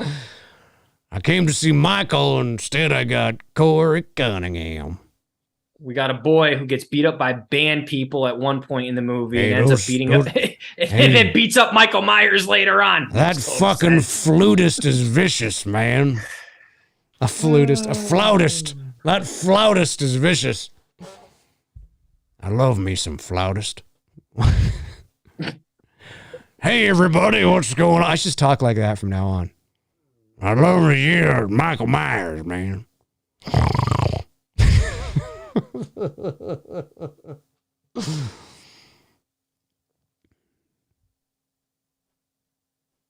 Yep. Yep.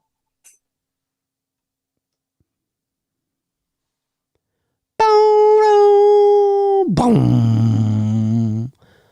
Boom. Kara Strode's, I guess she's kind of a redhead, isn't she, in this film? A little bit. Got that kind of brunette redhead. Reddish blondie, reddishly blondie. Yeah, like not like just, redhead, but and looking at her dressing and style and looking at the other girls' style, it's taking me back to like high school, like how the girls were dressing when we were at this age, you know, especially some of the older girls, because the 70s had kind of, and this is before that 70s show even was out. I think that 70s show was pushed to be greenlit because there was a resurgence. I don't know if you remember this, and I don't know if the same fad was going on up in Toronto or wherever you were in high school at the time. But our school in our area, there was a 70s look that was going on with the girls. They were wearing bell bottoms again. You were seeing tie-dye shirts. Yep, same. You know, very similar to like what we saw in the girl in the beginning here. So there was this massive like bohemian, I think is the proper term. That a look like that was really popular with young kids and young adults at the time. So seeing the girls dressed like this in this movie is like fucking taking me back to the 90s, man. Right.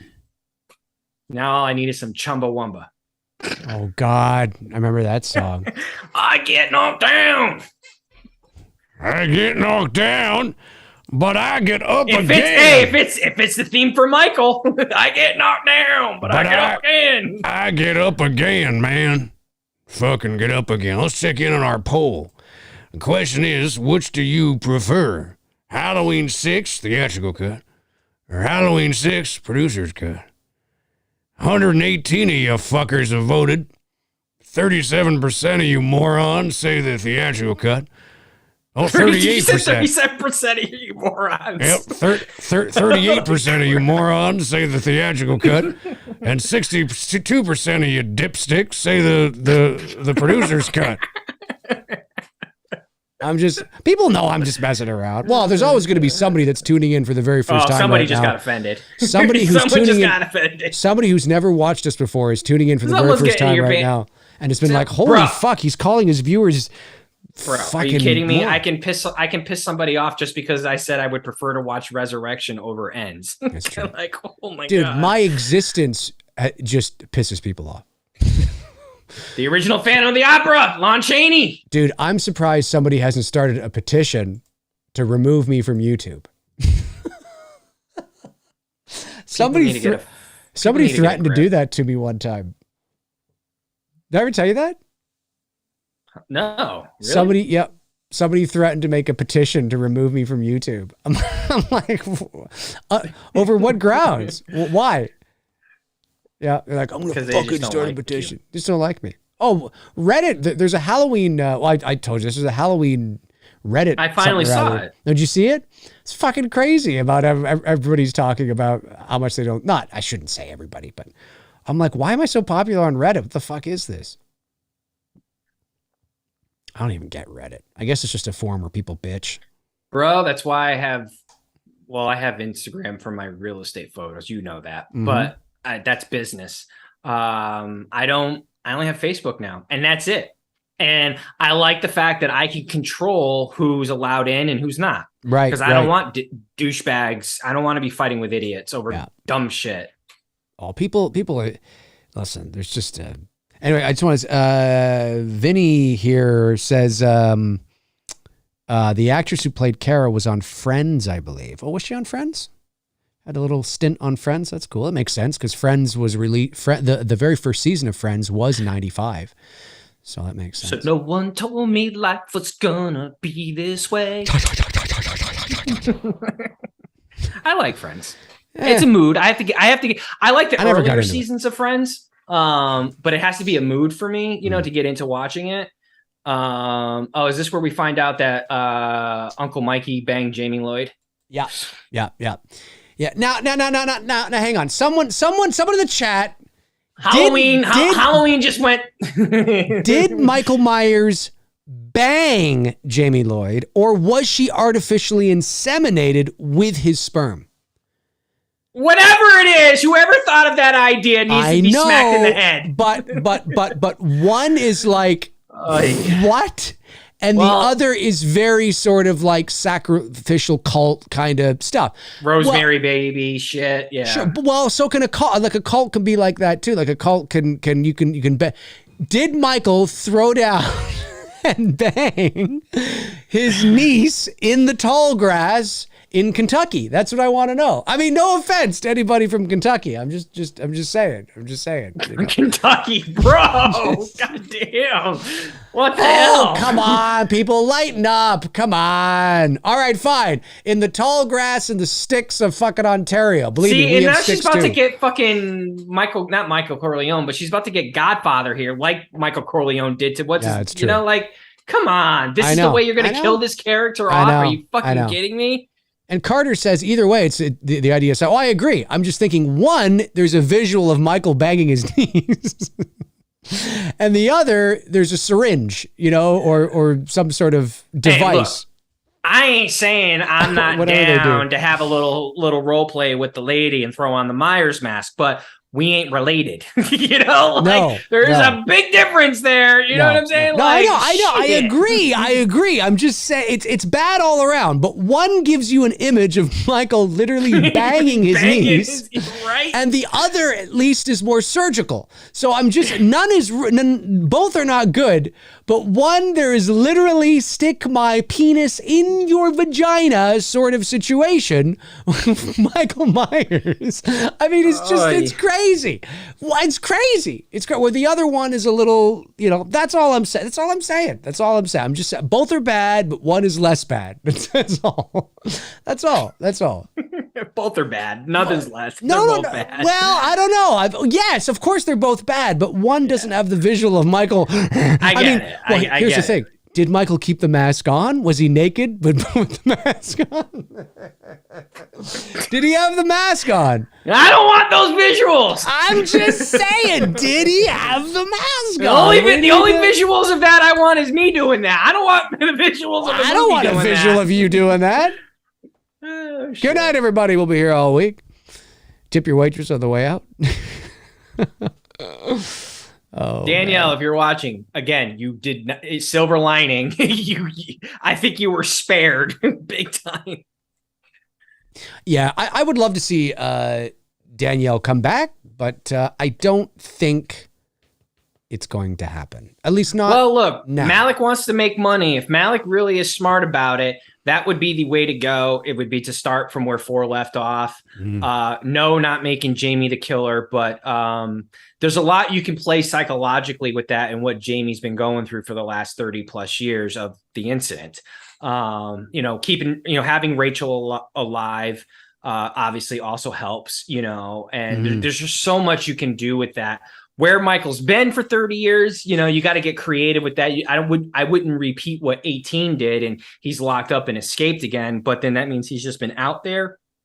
I don't know. I do like the cinematography in this movie. Yeah, cinematography is good. Yeah, it's a lot better than 5. It's a lot better. I would watch this 100 times before 5 and 1,000 times before Ends. Yeah. It's just the Thorn shit. It really is. It's that if you take that out of this, it's not a bad Halloween movie. Is it playing it safe and recycling what we've already seen? Yes. Sure. But okay, I'm not hating it. It's better than Hold five. on. What? He's freaking out. I gotta hear him freak out. 6 bodies, Sheriff! The rage! A filling station in flames! I tell you, Michael Myers is here in this town! He's here to kill that little girl and anybody who gets in his back. Dr. Now Lewis, give me a are you shot. all right? now give me the rum. Where's the rum? Why is the rum gone? Dr. Loomis, are you okay? I'm telling you, Michael Myers is here in this town. He's here to fuck your wife and anybody who gets in his way. And his niece. And his niece. You imagine? He's here to fuck his whole family. It's a bloody sex cult. We've gone off the deep end. I mean, listen, come on. It's fun. Yeah. Trick or treat. No, listen, we have not got off the deep end. What if they had combined that with Trick or Treat, motherfucker? Jamie, listen, Laurie Strode kisses Michael in Resurrection. I mean, I'll see you in hell. Whose bright idea was that? I think we should have them kiss. Well, you're a fucking idiot. Well, if anything, what I love most about Resurrection is that character gets killed.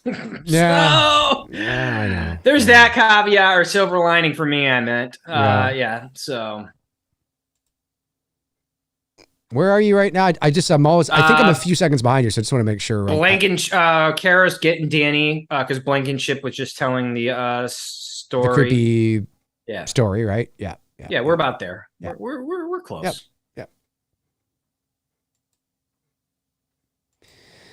Oh, in the spirit. It's like 6 has the potential to be so fucking good, but because they've got to answer the questions for 5, you know what I mean? Yep. I feel like they were stuck. I feel like if I'm like the directors and the writers, like I feel like during production and like when they were cut and they weren't filming, that they were probably sitting there going, fucking hey, why do we got to add this Thorn fucking Man in Black fucking bullshit? You know what I mean? Because on paper, a lot of what they've got going on is really, and what they delivered is really fucking good. Well, it's very atmospheric. And then it's like they gotta cut back to the Thorn in the Man in Black shit, and they probably were like, "Fuck, why did they have to do that in part 5, man? Shit." Yeah. If Dominic, whatever the fuck his last name is, never included the Man in Black, they never would have had to gone down this road. And 6 is an entirely different movie. Yeah. Perhaps maybe even a good movie. It's just, no, you're right. Look, the 6 is, a lot of the things they do are very good in terms of, but the story, and we talk about story, we talk about sort of the trajectory of where we're heading and the Man in Black and the whole cult thing. It just, it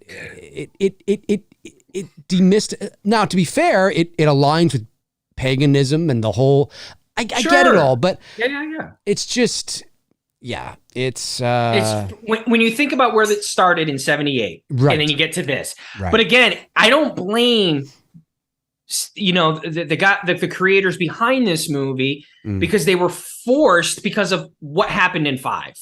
Yeah. You know what I mean? Yeah.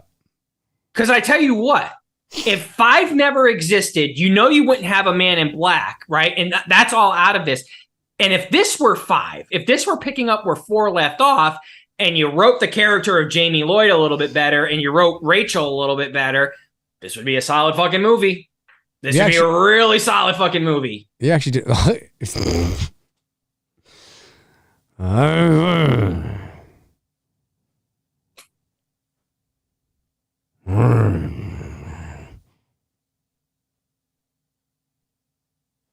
Dude, how about the news, man? Fucking Terrifier also killing it again this weekend at the box office. It's fantastic. And it's fantastic. That's so cool for those guys, man. 100%. And I just read that it'll be in over 1,000 theaters this weekend. because it's Halloween weekend. So people are it's gonna do what it might even. It's coming out digitally. Today I gotta buy it. Okay. I'm gonna buy it digitally. It might even, like this weekend. I mean, it's at 5 million right now. It might get close to 7 or 8 by the end of the weekend. I don't know. We'll see. And wasn't their budget like $1 million? No, their budget was like 250, 300,000 for this one. Yeah, it's a huge profit margin. That's a big profit margin. Yeah, I love for a math nerd to get serious and find out the profit margin with Terrifier 2 versus the profit margin with Halloween Ends and see which one did better. Because Terrifier 2 is available on streaming. It's on Hulu and it's on Amazon Prime if you have either of the two. Yeah. And I liked someone as far as like who's really, who's a math nerd can do that math for me and hit me up on Facebook with a message and let me know like if Terrifier is actually doing better than Halloween Ends. Even though it's not making as much money, but when you look at it from the budget, Yeah, it might. The shape stocks. I love this theme.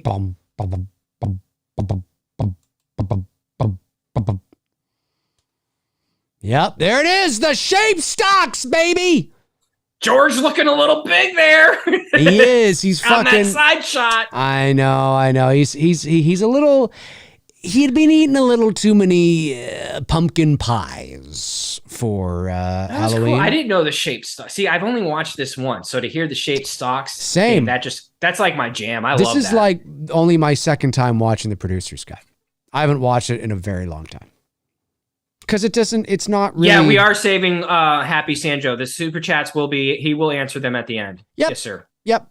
That's what we do. We had a little bit of a late start to the movie tonight because had a 90210 moment. Yeah, well, there were a couple of topics we wanted to, well, there was that main topic, of course, with, the whole Curtis thing and whatnot that we wanted to talk about. So we didn't actually start the movie till about 45 minutes in. I might put a pinned post just kind of saying, hey, if you don't give a shit about this, just go to 45 minutes. Skip to 45 minutes. Skip to 45 minutes and there you go.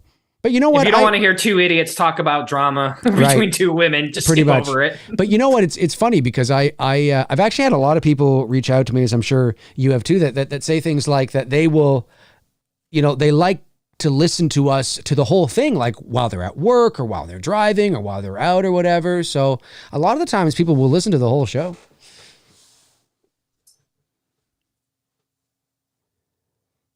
George.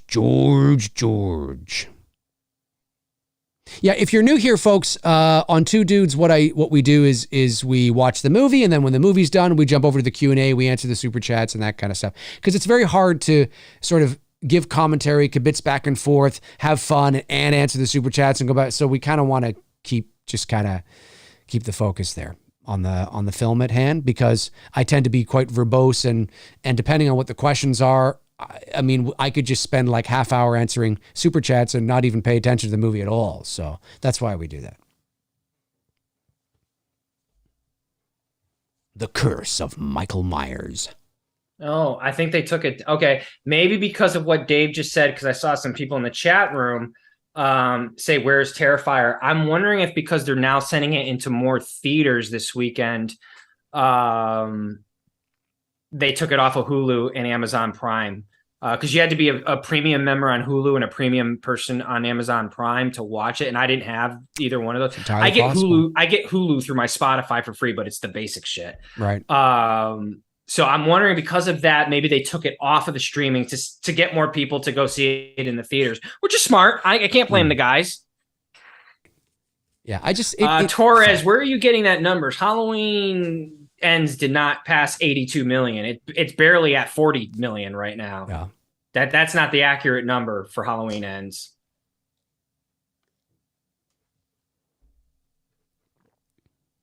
In fact, Halloween Ends took a massive nosedive, which I kind of figured it was its second weekend. Oh, it did. Yeah, 80% drop. One of the worst, one of the really bad drop. That's the worst ever. So I don't know where you're getting 80 million, bro. Unless maybe did they go worldwide? Maybe I don't know. Maybe that's what he's thinking. Maybe it's possible. It could be over 80 worldwide. That's possible. Yeah, but domestically, it's only like 40. No, domestically, it's above 50 or 60 now. You sure? I think it's above 50. It's above 50 for sure. Because that 8 million is domestic. So it was like 41 million. It's above 50 now, I think. Plus the stuff it made throughout the week. That's a good kill. Yep. Agreed. Yep. Really good kill. Yep. Yeah. This movie, like I said, it's way better than 5. I will say that. 5 is such dog shit.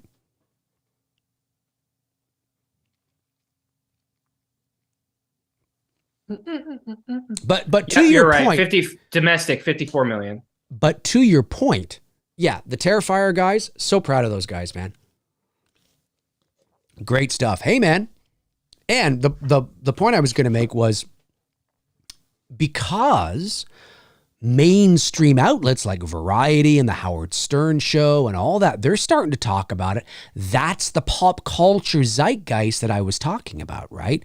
That's sort of like, now again, you're still not on a level as a Freddy or a Jason yet in terms of that sort of cultural phenomenon, but you're knocking on that door, and that's really cool to see. Now, the douchebag that thinks I'm a hater won't get that and won't understand that, but yeah, it's really cool to see that shit. It's great.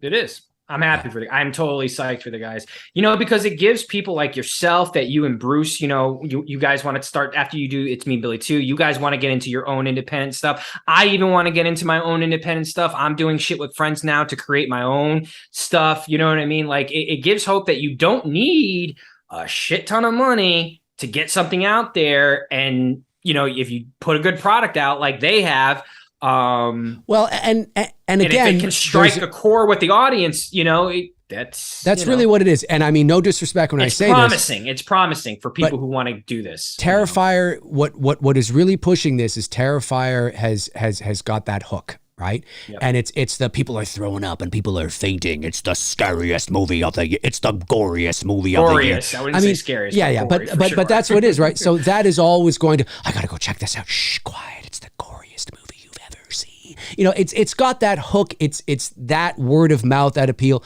So naturally, obviously, that's not all independent films that have no marketing get that kind of word of mouth. So it does have that that hook to it, which is helping to propel it. Sure. And I think this weekend, by adding it into more theaters, is only just going to help it out more. 100%. So I think that's 100%. why they took it off of Prime and they took it off of Hulu, which, hey, makes sense, man. Get it while you can, man. Yep, for sure. I can see that because it's done so well. I won't be shocked if a studio like an A24 or something might say. I'm not saying A24. I'm just using them as an example. Mm-hmm. You might say, you know what? Let's give them a budget and say, all right, guys, go do your thing. You know what I mean? And really do like one big high budget.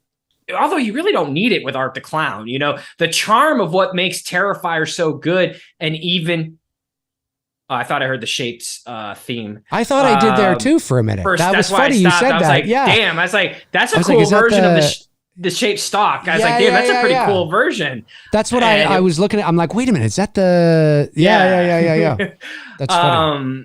Like with All Hallows Eve and Terrifier, and I haven't seen 2 yet. That low budget independent feel to it, that grittiness is also a charm. It's an aesthetic look. So I don't know how it would look if they had the money to really polish it up. It might take away from it. I think you're correct, and it's because it's a splatter film. That's what it is. If you don't know what a splatter film is, look it up. That's essentially what Terrifier is.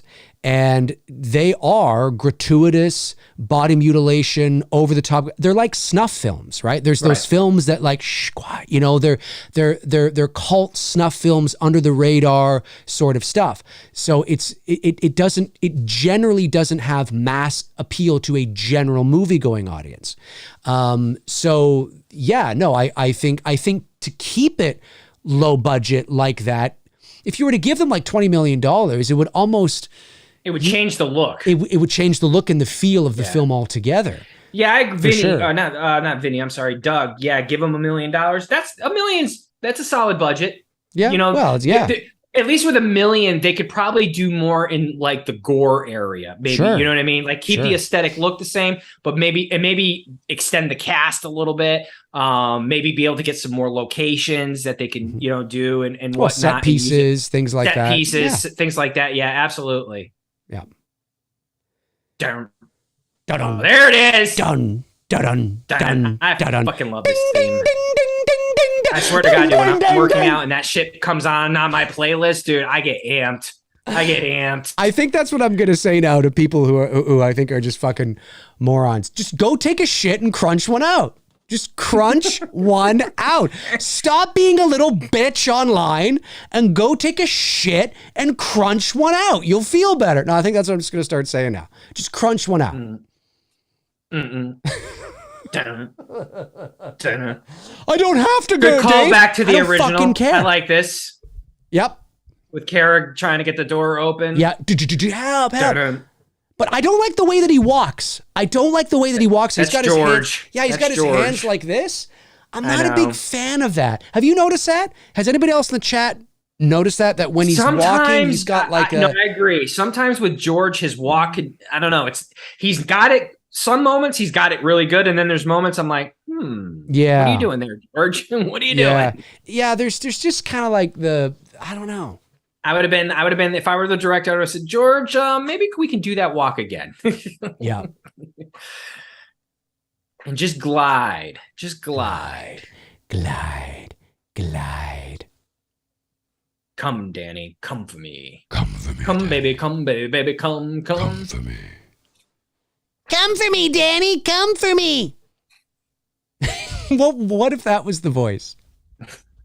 What if that was the voice? Kill for him, Danny. Oh, no. There's the Sartain before Sartain. Oh!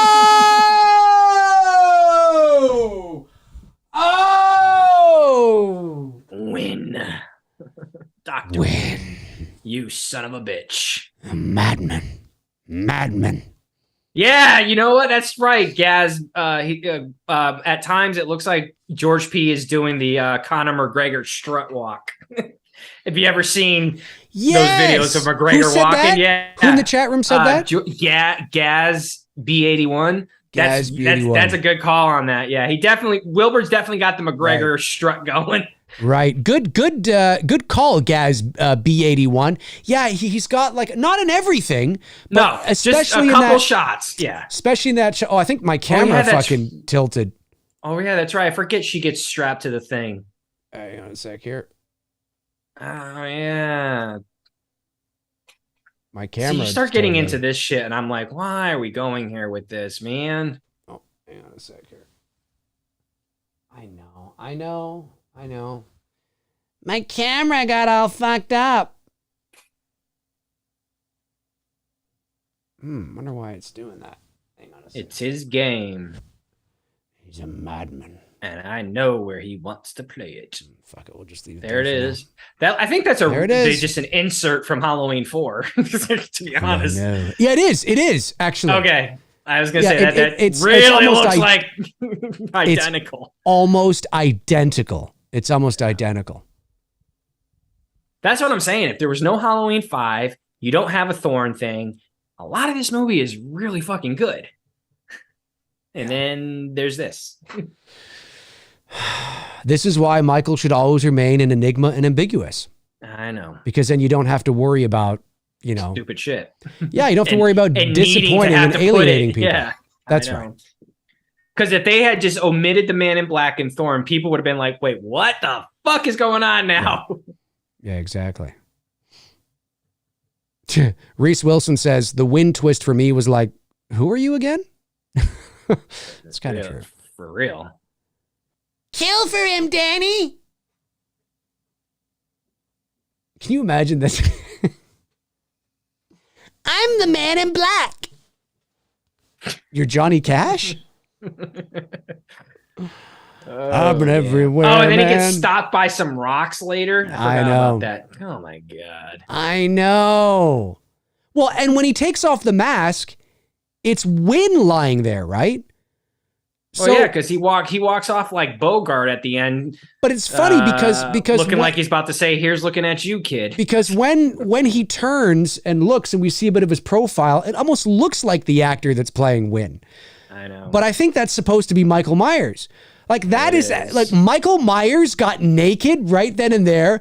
Stripped down to his skivvies. Fucking put the Man in Black costume on with the hat and walked off like fucking Bogart. Yep. What is going on? Sure enough. I'm just gonna walk off and get on a Greyhound back to Russellville. It's your game now, Loomis. It's not my game. It's bloody fucking. Loomis, you just threw up all over my penis.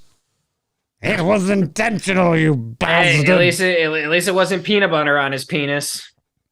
Loomis saying that would be like, he'd be like, oh, fuck, I've got peanut butter on my penis. That's how he says it, too. That's how Ray says it in that movie. He's like, oh, I got peanut butter on my penis. Of all the lines ever created in a Halloween movie, that is one that should have never made it to a Halloween movie. I got peanut butter on my testes.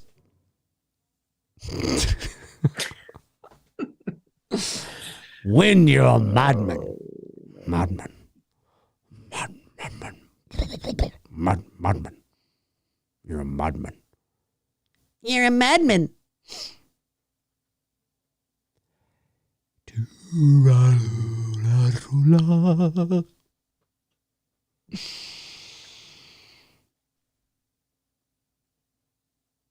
The gift of Thorn.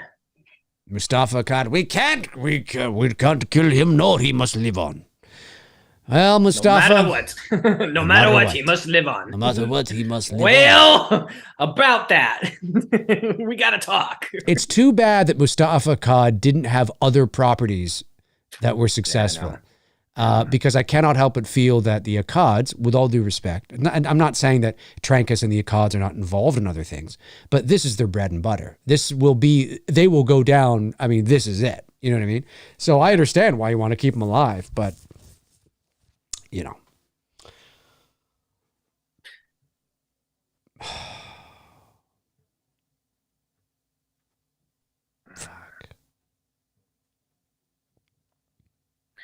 Dun dun. Dun dun. Dum dum. Dun dun. I banged my niece. What if he walked off into the shadows? He turned and he goes, I banged my niece. So Michael is just standing there doing absolutely nothing. Nothing. Just standing there. Yeah, he's just standing there. He's doing nothing. The guy that we know from the original Halloween, right? I'm telling you. This is where we're saying this character has gone to at this point. Those are powerful rocks. Okay. Those are powerful rocks. All right. I'm telling you. Oh my God. It's powerful. He's just standing there. Right. Yep. I mean, think about that. Think about where this character was in 1978, and now think about where he is now in 1995. I know. And now think about where he is in 2022. Oh God, I don't. I only think about that. I only think about that character in Halloween, Halloween 2, and Halloween 4, and then that's it. Yep. That's it. And maybe if I'm in the mood for H2O. I would have been, you know what? It would have been better if Corey went back to the cave or Rob Zombies and stole the mask because Michael was sleeping or something or crunching one out. Crunching like, one out. Yes, that's what I want. Seriously, that's what I'm going to say now to every fucking moron that sends me or accuses me of saying shit that I don't say at all, which is that douchebag. I'm just going to say, dude, just go fucking crunch one out and shut up. Like, go sit on the toilet and just you go. You need a t-shirt. You need t-shirts made. Yes. You need t-shirts made. Crunch one out. Yeah, just crunch one out. And all this is happening, and Michael's just standing there not doing anything. Yeah. He's just standing there. He's doing nothing. What's he waiting for? He's waiting for Corey Cunningham to come and beat him up. I guess. Well, he's not doing anything. No, now he's going to move. Well, he's moving his toe. No. But is that George? I don't think that's George because it eventually, like one with the reshoots, that it changes over to that other guy. I forget his name now. Yeah, the chat room will let me know. Chat room, what was the guy's name that took over for George in those reshoots? Because that guy looks a little more fitter. You know what I mean? See, Tex says Blumhouse crunched one out when they made Halloween Ends. Yeah, they did. I love that crunched one out is becoming a thing now. That's right. Just fucking crunch one out. Dave, you said this. No, I didn't say that. I didn't say that at all. Shut up and go crunch one out. There's the shaped stock again. Yep. And I like this version of it. It's kind of a different version of it, and I like it. Yep. It's kind of got a little bit of an ambience to the background, and I like kind it. of reverb mixed in with the Halloween theme too. Yeah. I like that a lot. Yeah, really good.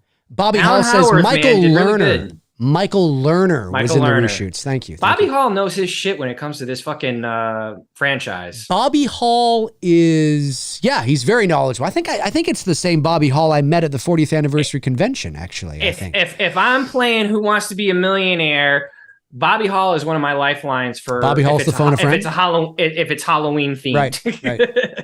But then if you especially call if Bobby, if $1 million is on the line. But when you call Bobby, he might be crunching one out. So I mean, I'm like, Bobby, just let it go. We got to answer the question. Right, and then he's gonna say Sam Hain, and Michael lets him go. It should be Sal Wayne. But he says Sam Hain. I know he says Sam. Right? I'm a madman. Same Michael Myers from 1978. Just let him go because he said Sam Hain. That's right. What the fuck? That's right. And he's just standing there, not doing anything. He's doing nothing. Is this Michael Lerner or is this George? I don't know. I will say this though. I kind of would have liked to have seen Michael Lerner through the whole thing. He actually does a really good job in the reshoots. I mean, he's not there a lot, but he's fitter for sure. He's fitter. Wait, we didn't. You know what? I just realized what scene we didn't get in this. The iconic fucking doctor scene where he kills all the doctors. True. Yes. Yeah. That we was did not get that. That was for the theatrical. Yeah. And that was I think that was an add-on to the theatrical. That was part of the. Yeah.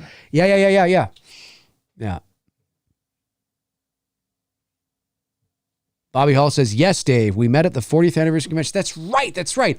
I met you and your girlfriend, I believe, and you sent me a link, or you told me about a Halloween fan film, Michelle Myers. I think. Watch, I'm completely wrong. No, Dave. It's not true at all. Jeffrey M. right there, $2. I'm crunching one out watching two dudes. It's the way to do it.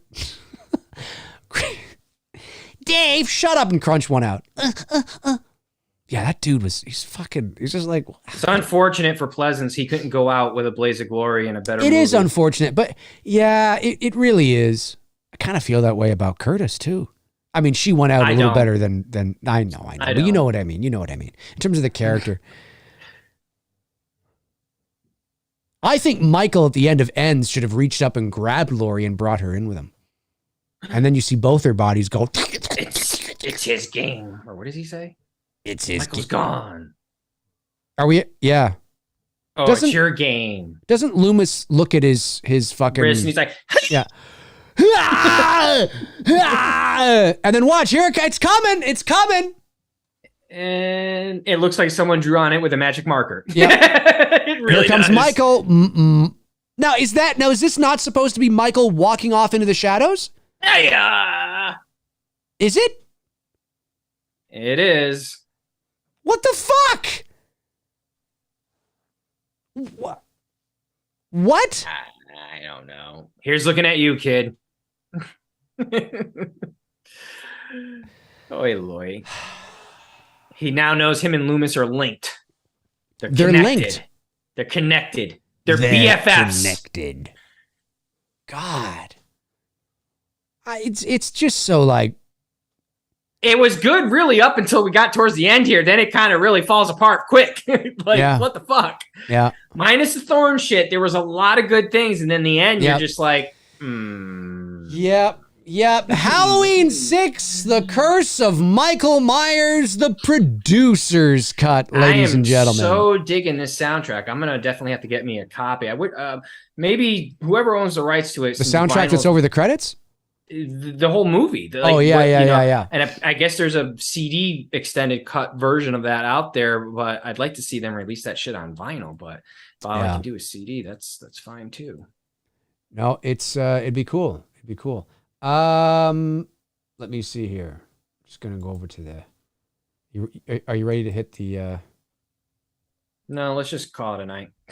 I'll just call it a night. And just call it a night. Forget the super chats. Fuck it. Fuck it. And just call it a night. Good night, folks. Good night, folks. Thanks for coming out. Appreciate it. We'll see you next week. Yep, we're not gonna bother doing anything now. We just although you all have control now for our next week's show, because Dave's going to leave it up, and I think you're going to do the poll for about a week to give everyone a chance to fairly vote. But you're going to get to vote which Halloween movie we are going to watch, except for the ones that we've just already watched over the month. Those will be excluded, and they're all going to be in there, including Rob Zombies and Season of the Witch. Correct. That is correct. Everybody vote for Rob Zombies. Asking me to do that. Hang on a sec. I don't know why it's asking me to do that. Actually, I just watched Rob Zombies, the first one, the other day. I loved that movie. I really do. It was really fun. It's good. It's good. You know, minus the trailer trash, dialogue. Right. Yeah, it's a fun. It's good. I got nothing bad to say about it. 2, well, that's a different story. Okay, perfect. All right, let's go over to the super chats, to the Q&A, and see what you fine fuckers are saying. 80s Tears sends in $10. Thanks, buddy. It says, in a recent interview, David Gordon Green said Halloween ending almost included the Silver Shamrock Factory making the Witch, Skull, Jack-o'-lantern, and Michael Myers masks. Yes, he did say that. What David Gordon Green said specifically was that there was an idea on the table that apparently was in every draft of the script, but they never shot it because he felt that it would just be fan service. And what that was sort of an ending scene, which would have been sort of part of the epilogue, where they show this Silver Shamrock Factory, and they have hang on a sec here. What's going on? Are we still live? Yeah, we are still live. Okay, good. Yeah, we're still live. For some reason, I thought we weren't. We go inside the factory and we see Skull, Witch, and Jack-o'-lantern masks being, spat out on this conveyor belt or, what have you. And then you start to see Michael Myers masks get spat out. And then, of course, it would cut to black, and that's kind of it. And that's cool, but here's my problem with that. Like I made in a social media post, what's the message you're trying to send with that? Because if your intention is to say that the Michael Myers mask was a Silver Shamrock mask, then knock yourself out. But as I was talking with somebody online, sort of we were going back and forth, debating this back and forth, and I disagreed. Well, I think we agreed for the most part, but we disagreed on a fundamental sort of point, which was that I believe that if you were to introduce that, and people in the chat room can pipe in if they want, I believe that if you were to do that, if you were to actually do that and introduce a Silver Shamrock Factory with Skull, Witch, and Jack-o'-lantern masks being spat out, and you show Michael Myers masks, that clearly communicates to the audience that you are saying that the Michael Myers mask has been a Silver Shamrock mask this whole time. And that's the reason why he was the way he was. And this individual felt that necessarily was not the case. I don't believe that at all. And it's because the Silver Shamrock Halloween mythology is so embedded into the horror pop culture. Now look, if you want to show just a factory, an obscure nondescript factory spitting out Michael Myers masks, okay.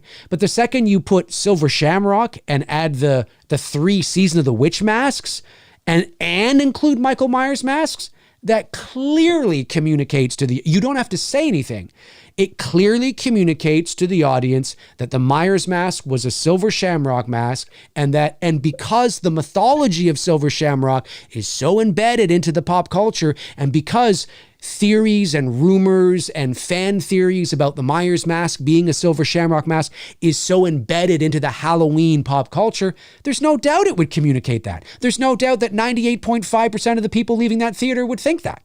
So if that's not your intention, then I would leave it out, because you're just going to stir up a whole, unless you want to sort of, like, you see what I would have done, which would have been great.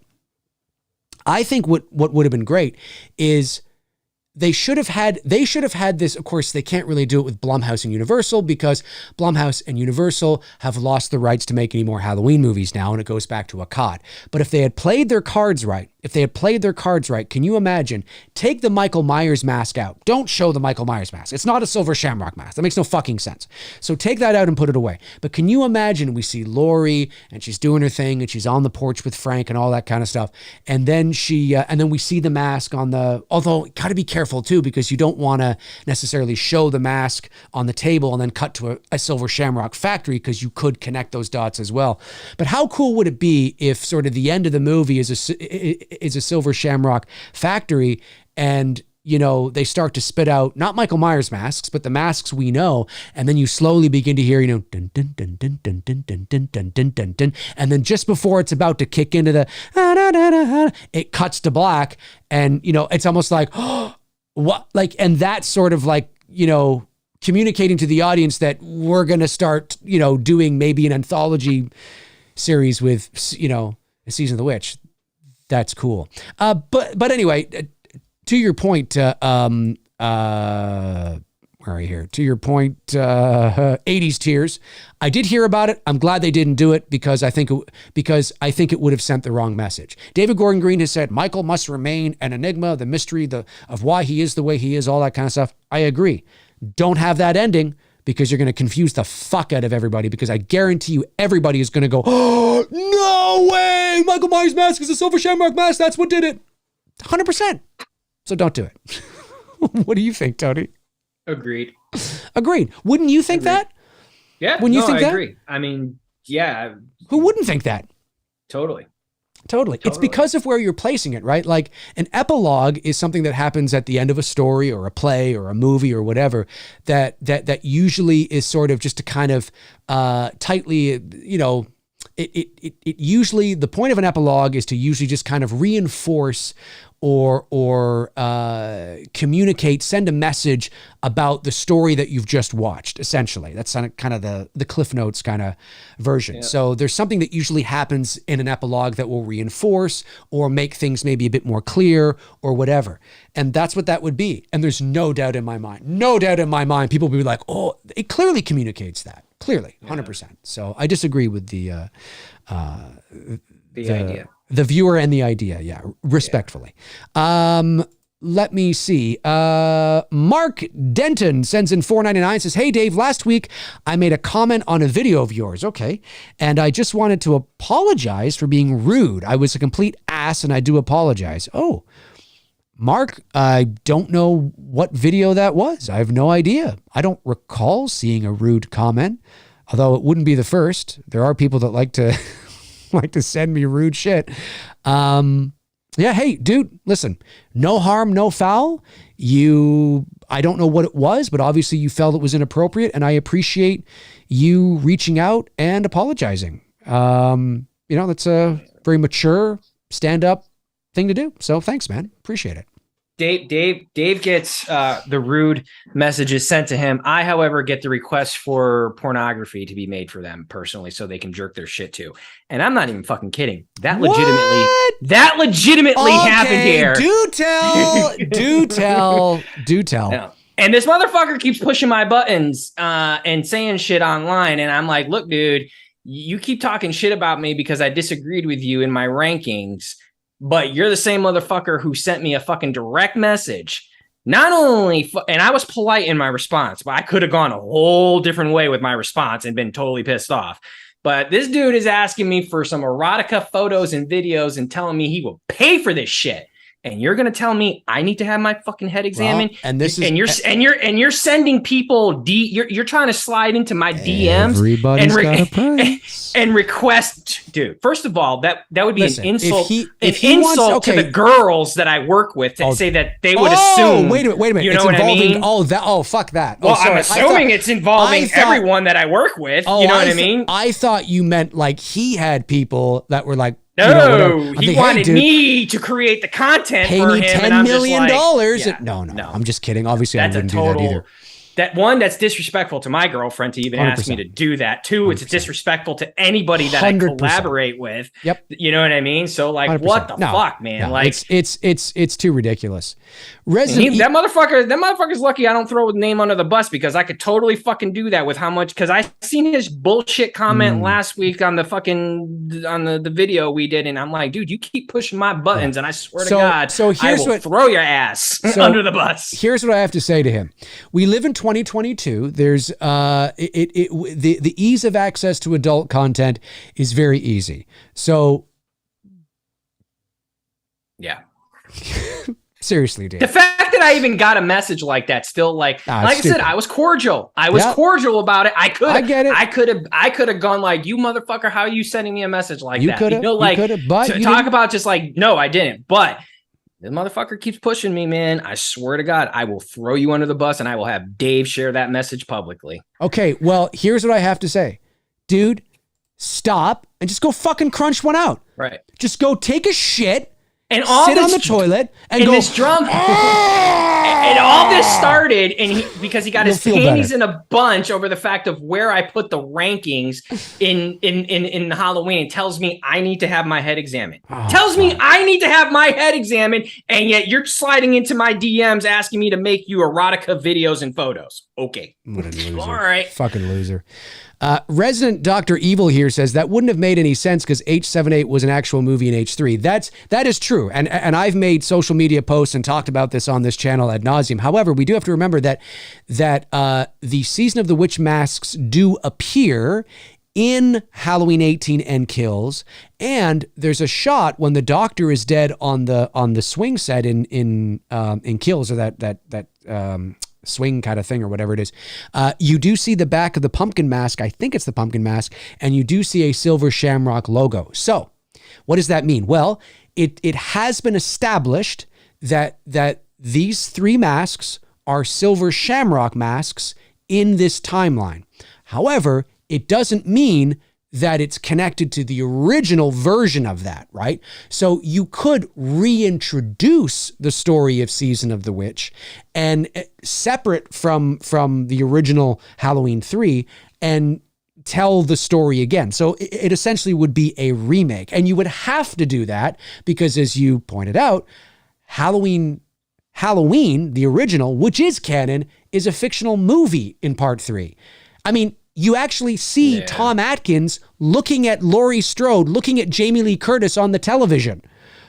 So, I mean, they cannot exist. The original Halloween 3 and David Gordon Green's trilogy cannot exist together in the same timeline. But that doesn't mean, because they've reintroduced the Season of the Witch masks, you can't reintroduce it as a remake, as a new kind of thing. I kind of like your idea of the ending where there's no Myers mask and it's the factory, maybe like as an end credit, moment, like the movie's done. Sure. And then they do an end credit scene of like, this is where we're going. Right. This is where we're going. It's exactly how it would play, because the second you put the Myers mask on that conveyor belt, you clearly communicate to the audience that the Myers mask was a silver shamrock mask this whole time. And that's not the message you want to deliver.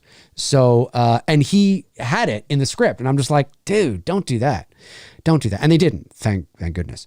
Let me see. All right, let's see here. Antonis Andriotis sends in $5 and says, do you think John Strode deserved to die? Yeah. Well, I mean, sure. I mean, he's a dick. He's a dick. He's an old bastard. Yes, I do. Tony, you think he deserved to die? Oh, absolutely. For sure. Which version do you like better? The theatrical where his head explodes, or this one?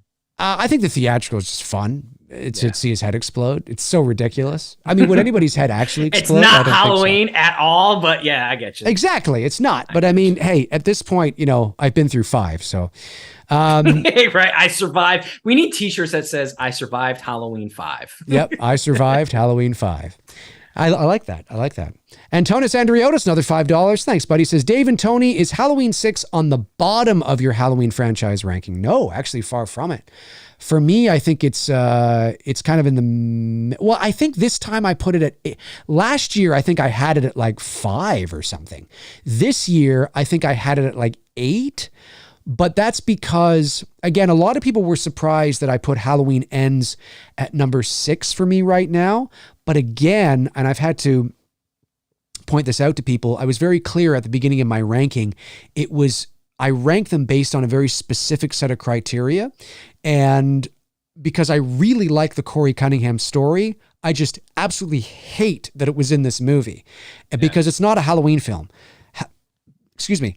Halloween Ends is not a Halloween film. So if I was ranking movies that felt like Halloween movies, or what I love to watch, Halloween movies because I love the mood, the atmosphere, and the Michael and this stuff, Halloween Ends would be at the bottom. I mean, sitting right beside Resurrection, right? But even Resurrection, there's, you got Michael.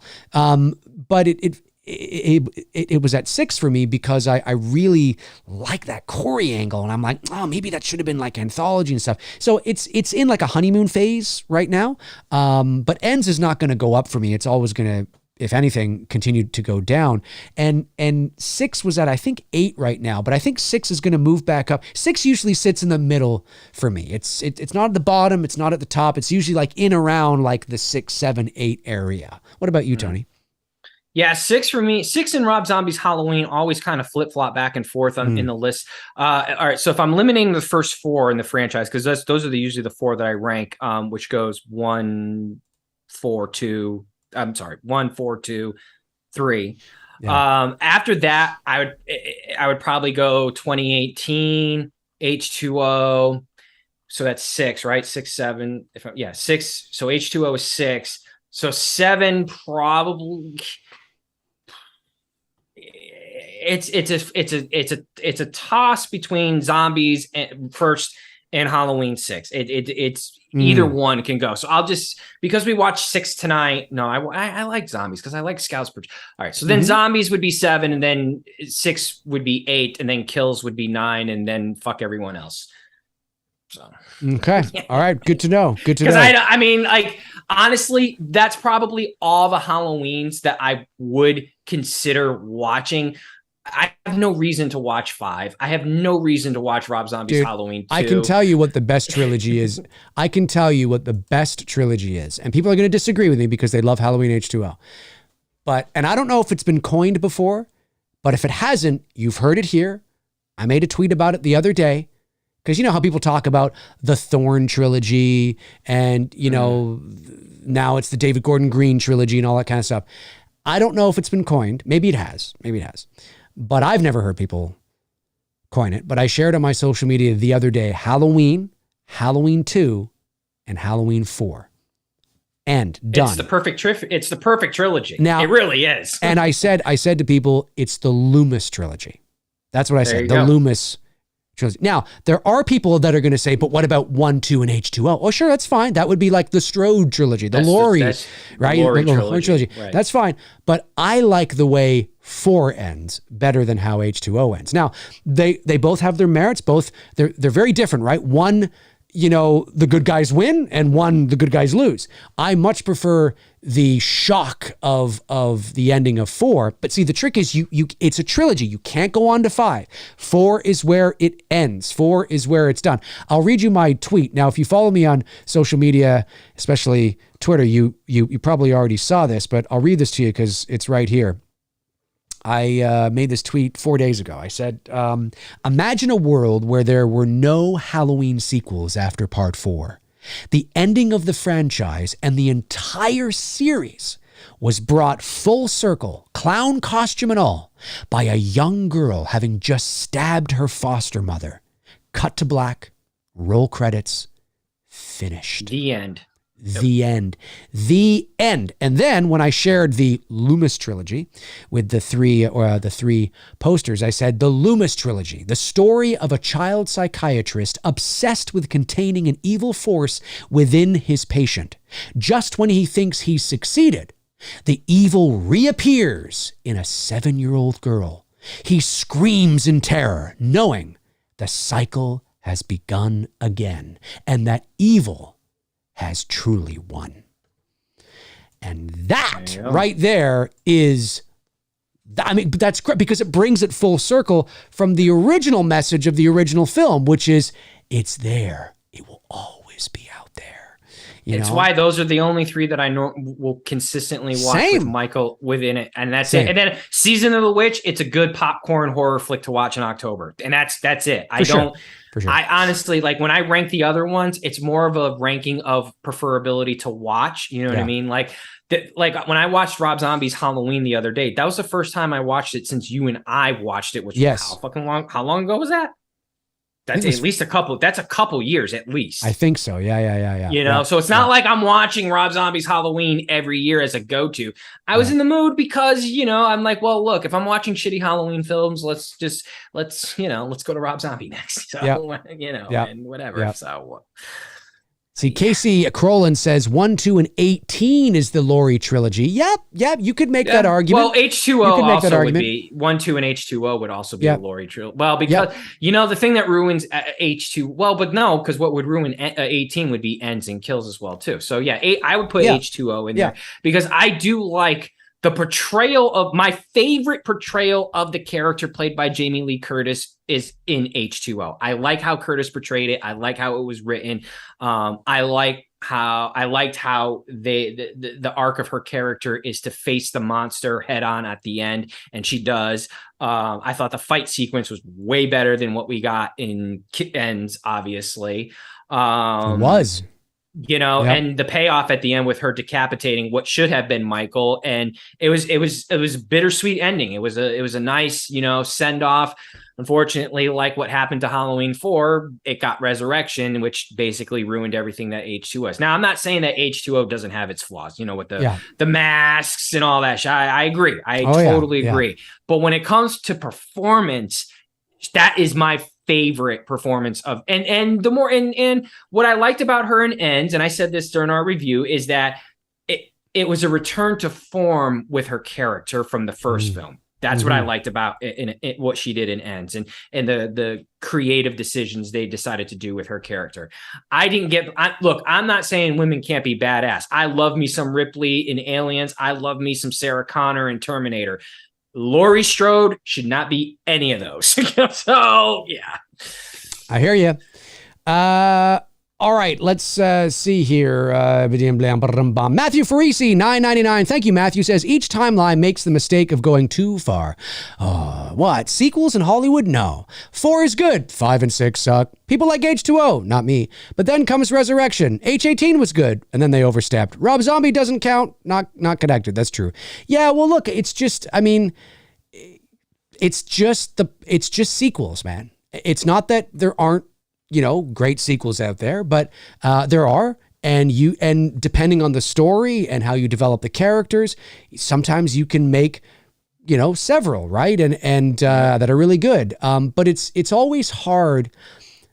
I don't know. Sequels are tough. Sequels are tough. They are. It might be easier. I don't know for sure, but it might be easier to make sequels that are separate stories altogether. Like, when you're doing Indiana Jones or when you're doing, although the new James Bond. Oh, you mean like, yes. Like taking Michael into another area of Haddonfield and killing other people and not just going after Laurie Strode? No, that's not quite what I was referring to. I just was talking about sort of like there are trilogies or sequels that don't follow. Because really, that's what they should have done. Michael just goes into this corner of town this Halloween. He's gonna fuck everybody up. Yeah, here. No, I'm not against that. I'm not against that. I just think that there are sequels, and again, this is not a hard fast rule. I mean, there are problems with it, within the shit that I'm saying too. But I wonder if it's easier, not easy.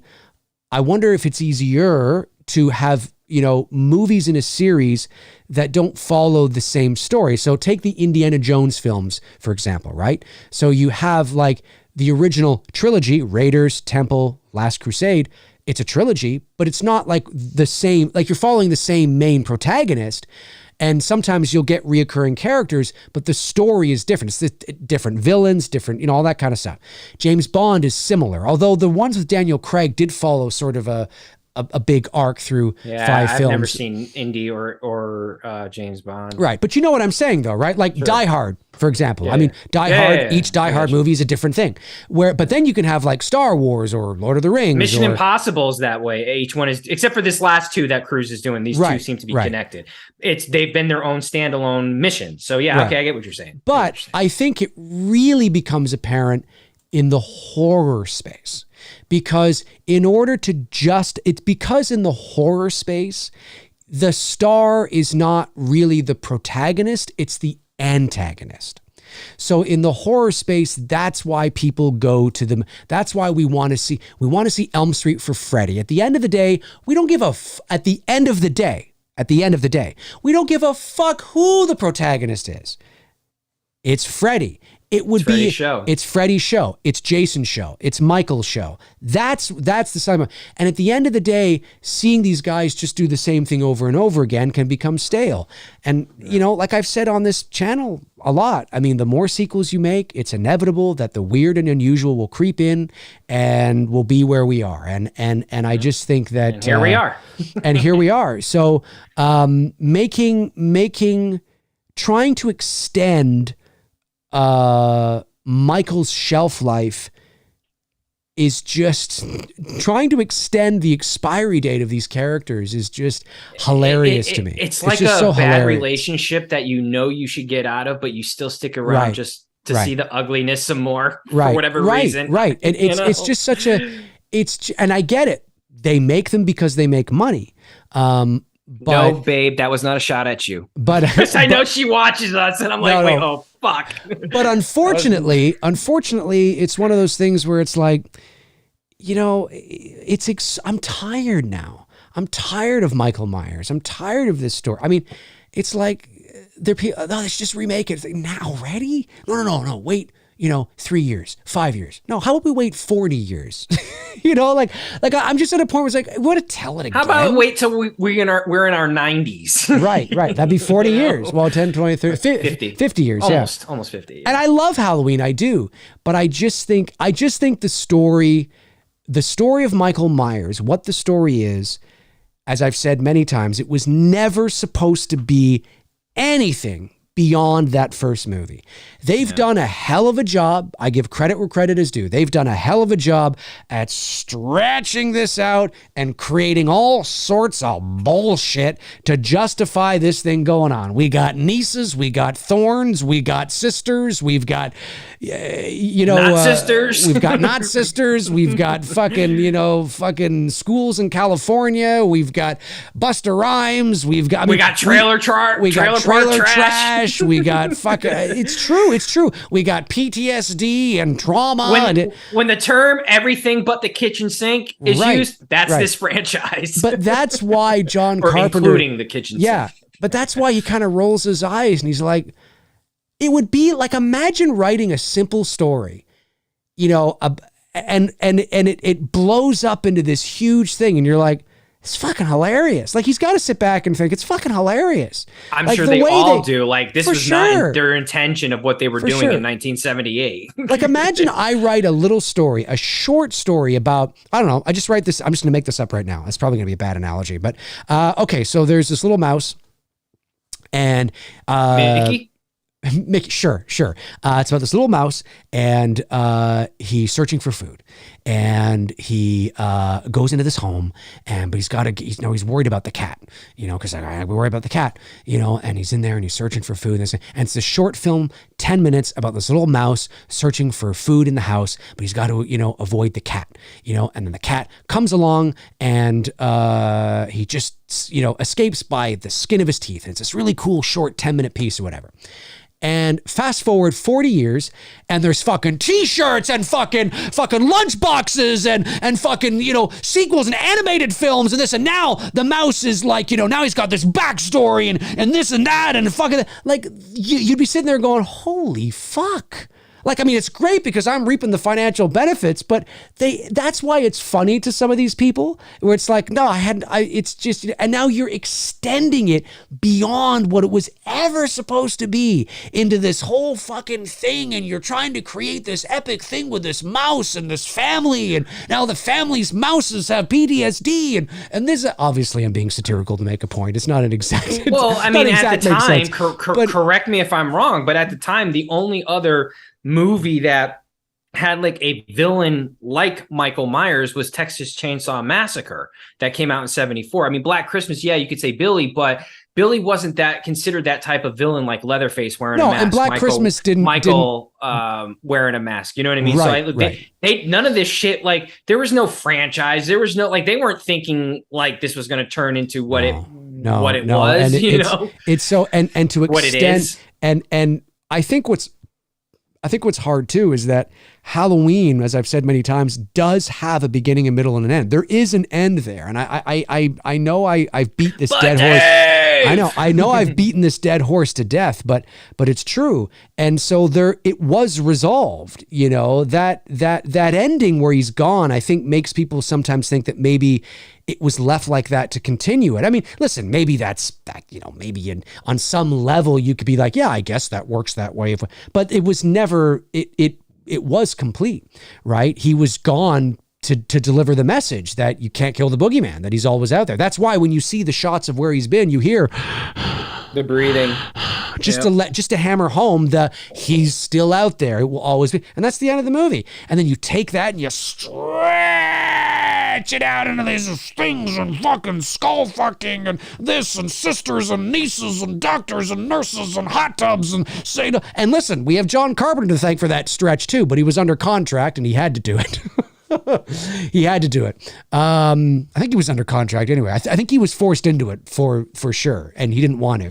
But anyway, we digress. But yeah, the more sequels you make, it's that's just the way it is. It's so I'm okay. Like, I know there's a lot of fans out there that would love it if they just turned around and rebooted this thing tomorrow. But I'm okay. Like, I don't need any more. Like, I really don't. I'll be honest with you. I don't need another Michael Myers movie ever again for as long as I live. And that's not because I'm not a fan. It's not because I'm not a fan. It's not because I'm not a fan. It's because what else can we do? We have the good, we have the bad, we have the ugly. I think the story's been told over and over. We've got it now. There's just let it go. Let it go. That's like my opinion. Chick, like the girl said in that princess movie, Snow movie, whatever, let it go, right? That's right. Yeah. Let it go. Gazby 81, Danger Mouse. I like that. Danger Mouse. Ooh, I like that. Somebody do it. Let's do it up. Let's do it. Tom Hungarian sends in $2, says, rest in peace, 10 White. Scariest Jason in my opinion, and H6 sucks. Thanks, Tom. Yeah, rest in peace, Ted White. That's your boy. Yeah, he was my favorite. Well, him and Richard were my favorite Jasons. Whenever I think of Jason, I think of Richard Brooker and Ted White. And sad, man. But long life, 96. I shared a picture to a really good artist. I don't know who did this, but it was so fucking cool. I shared it on my Facebook. It was Dash Booker. I saw that. As Dash dressed as Sackhead Jason holding the hockey mask. And Booker holding the axe and then in the foreground you see Ted White as Jason, and I was like, man, that hit home. That was really cool, because what we're down to as far as OG Jasons, we're down to who? Kane Hodder and I guess Gillette. Kane Hodder, Derek Mears, and Gillette. OG Jasons. OG. Derek Mears, Gillette. Is that it? Are we gonna count? Are we counting Roy Burns? I mean, sure, why not? And also, Tom Morga, and also, the guy that played young Jason in the fucking water. Man, that dude owns that, man. Talk about like another Talk about milking it. Milking it. Yeah, why not? That Mojo is owning that. And who can blame him? 2-second cameo. Oh yeah, people make fun of him all the time. I'm like, yeah, but he fucking goes to conventions and he fucking earns it, man. I mean is he's there. People pay him. Yeah, that's right. CJ Graham from 6. Oh, right. CJ Graham. That's right. Yeah, that's right. That's right. All right. We got to get through these. Amadusius, $2. Love you guys. Hope you have a fun Halloween. Thanks, man. You too. Have a safe Halloween. We'll be here next week. It's true. Gabagoo, $5 says, get your butt to the theater to see Halloween Ends again. We let Smile beat it this weekend. Everyone stopped seeing it in theaters. We need more sequels. Gabagoo, I could not disagree with you more. I will not be going to the theater to see Halloween Ends again. If anything, I'd go see Smile. Tell you what, bro, you want to throw me $1,000? I'll go see it. Dude, I will take that 1,000 and go see it himself 500 times. Doug, 1985. No, I would just take the $1,000 and go see it. I would Peacock. I would just take the $1,000. Doug, 1985 sends in $1.99. It's like Kevin Bacon with Tremors. I think I know what you're talking about. And we were talking about Paul Rudd and not. Oh yeah. I think that's what he's talking about. Yeah. Matthew Farisi, $9.99. Scout and Danielle built this moment in their heads and forgot to brace themselves for reality. That's probably true, but which is not uncommon. I mean, we've all done that with certain things. I feel for them, but this is expectations versus reality in action. Still could have been handled better. I could not agree more. And I think, like I said, I can't say how or who, but I know that Danielle and Jamie Lee Curtis have talked. So my thing is you are defined. Okay. It's okay now. Expect them to talk about it on a podcast. I will say this though, how I define a person, especially when you define a captain, Jeter coming through in the clutch all the time. You're defined by the moment it happens. It's true. Not the aftermath when, you need to do so. Look, because at the end of the day, Jamie Lee Curtis is an actress. She's got an ego, and any negative press is not good press. And look, like we said, she could have handled it more, just more adult-like, and just been more like, okay. But she absolutely, sorry, dude. Sorry. No, go ahead. No, I was just going to say, I could not agree more. I just want fans to remember, and I want fans to understand, because we're all horror fans, and we're in this community, and we think, Jamie Lee Curtis meets lots of people. And yes, maybe she should have been like, oh, I'm so sorry. Who are you? But she didn't feel the need to. She didn't know it's just, how to articulate this? It's just one of those things where, yes, I agree that if she had said, she could have handled it less, less cold, shoulderish, cold, persnickety. Yeah, because it sounds like because like I said, it wasn't just to her, it was to Scout, and it was to Heather Langenkamp as well too. So it's like, but I think it's, but I do want to stress that I think it's important to remember that it's very possible, if not likely, that Jamie didn't know who they were, which is not an excuse. I'm just saying that, but because of that, wasn't making the immediate connection.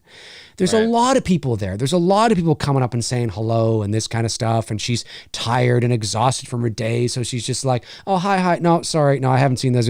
And she's not making the connection. Oh my God, this is Jamie Lloyd from Halloween 4, The Return of Michael Myers, who played my daughter. Even though she just told me, I better be nice and I have to be overly, oh wow. She's not thinking those things. It's, and again, we really have no context. Was it as bad as Danielle said? I don't know. Maybe it wasn't. Maybe it was bad in Danielle's head because of what she expected. But maybe in reality, it was still sort of, cold, but it wasn't. I would agree, except for when Heather Langenkamp is saying the same thing, that it just seemed very I don't know what Heather said. I don't know. All she said it was just off. It just seemed kind of off. Okay. You know what I mean? Like okay, off. Something's off. Like something's not right. You know what I mean? And like I said, maybe. And it's legit. look, when you're a creator and now your shit is now out there for the public to see, it is the most nerve fucking racking thing because you don't know if people are gonna fucking like it or not. And maybe she was having a moment like, oh fuck, did we go too far with this? You know what I mean? No, I agree. I don't think that's it. I think it's just she's in a space now where she's at the after party. She's decompressing. She's, it's over now. Her run is over. Her press tour is over. The junkets are over. She's just. The air has been let out. Because I think they said she was sitting over there somewhere on like a couch with her shoes off or something, and she's just fucking chilling. She's just like, you know what I mean? And I think it was just more of a kind of like, sorry, what? No, I don't know who you are or what. No, I don't watch those movies, or something like she's not.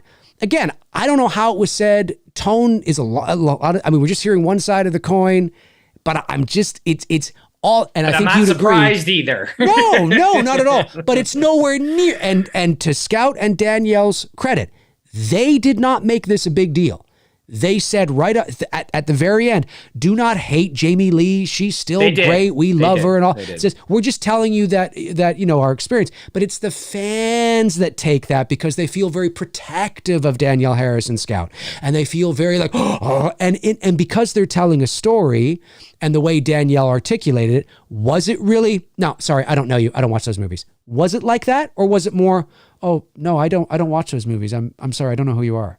Well, you just said something because you hit the nail on the coffin because you're absolutely right. The Mount Rushmore or four faces of this franchise are Michael Myers, Donald Pleasance, Jamie Lee Curtis, and Danielle Harris. I mean, without a doubt, those are the four key faces as far as when it comes to fan base, who's beloved, right. But it's also the face of a 10-year-old Danielle Harris, not an adult Danielle Harris.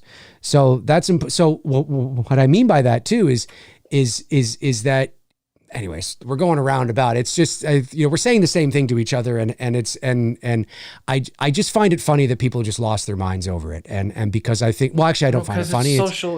I know it's just such a headache. It's just such a headache. It's like, shut the fuck up. It's not a big deal, And I know then somebody's going to say, well, then why did you spend so much time talking about it? Because people have asked us about it, and I feel that we have a perspective that we can give that is informative and comes from a place of being informed. Was asking 100%, us that we were going to do 100%. I just find it funny how things can be taken out of can be blown up. You know what I mean? And just because we're talking about it doesn't mean that we care about it to the same degrees that some people do. Like, there's a difference, right? There's talking about it because it's general interest, because it's the hot topic in the Halloween community. So we're going to talk about it. We're going to address it. That's different. Addressing something and talking about it and doing what Tony and I did here tonight, where, I've had some red carpet experience. So again, not at a Hollywood premiere, but I have. So I bring that. I'm like, oh, here's what I think, or that kind of stuff, whatever. And Tony's had some experience, in at certain events and things like that, and after parties and stuff, and so we're just kind of we're talking and covering it like sort of like kind of a news thing, right? I just want people to know that, so I don't get comments in the comments saying, well, you're talking about it. You're gonna get it. Of course I will. Of course I will. because those people just need to go crunch one out and sit on the toilet and take a gigantic shit, so the bowels of their bodies feel better and they feel like they've lost 30 pounds. There's nothing better than taking a gigantic shit and feeling like you've lost 30 pounds. Am I right? I'm right, of course. True.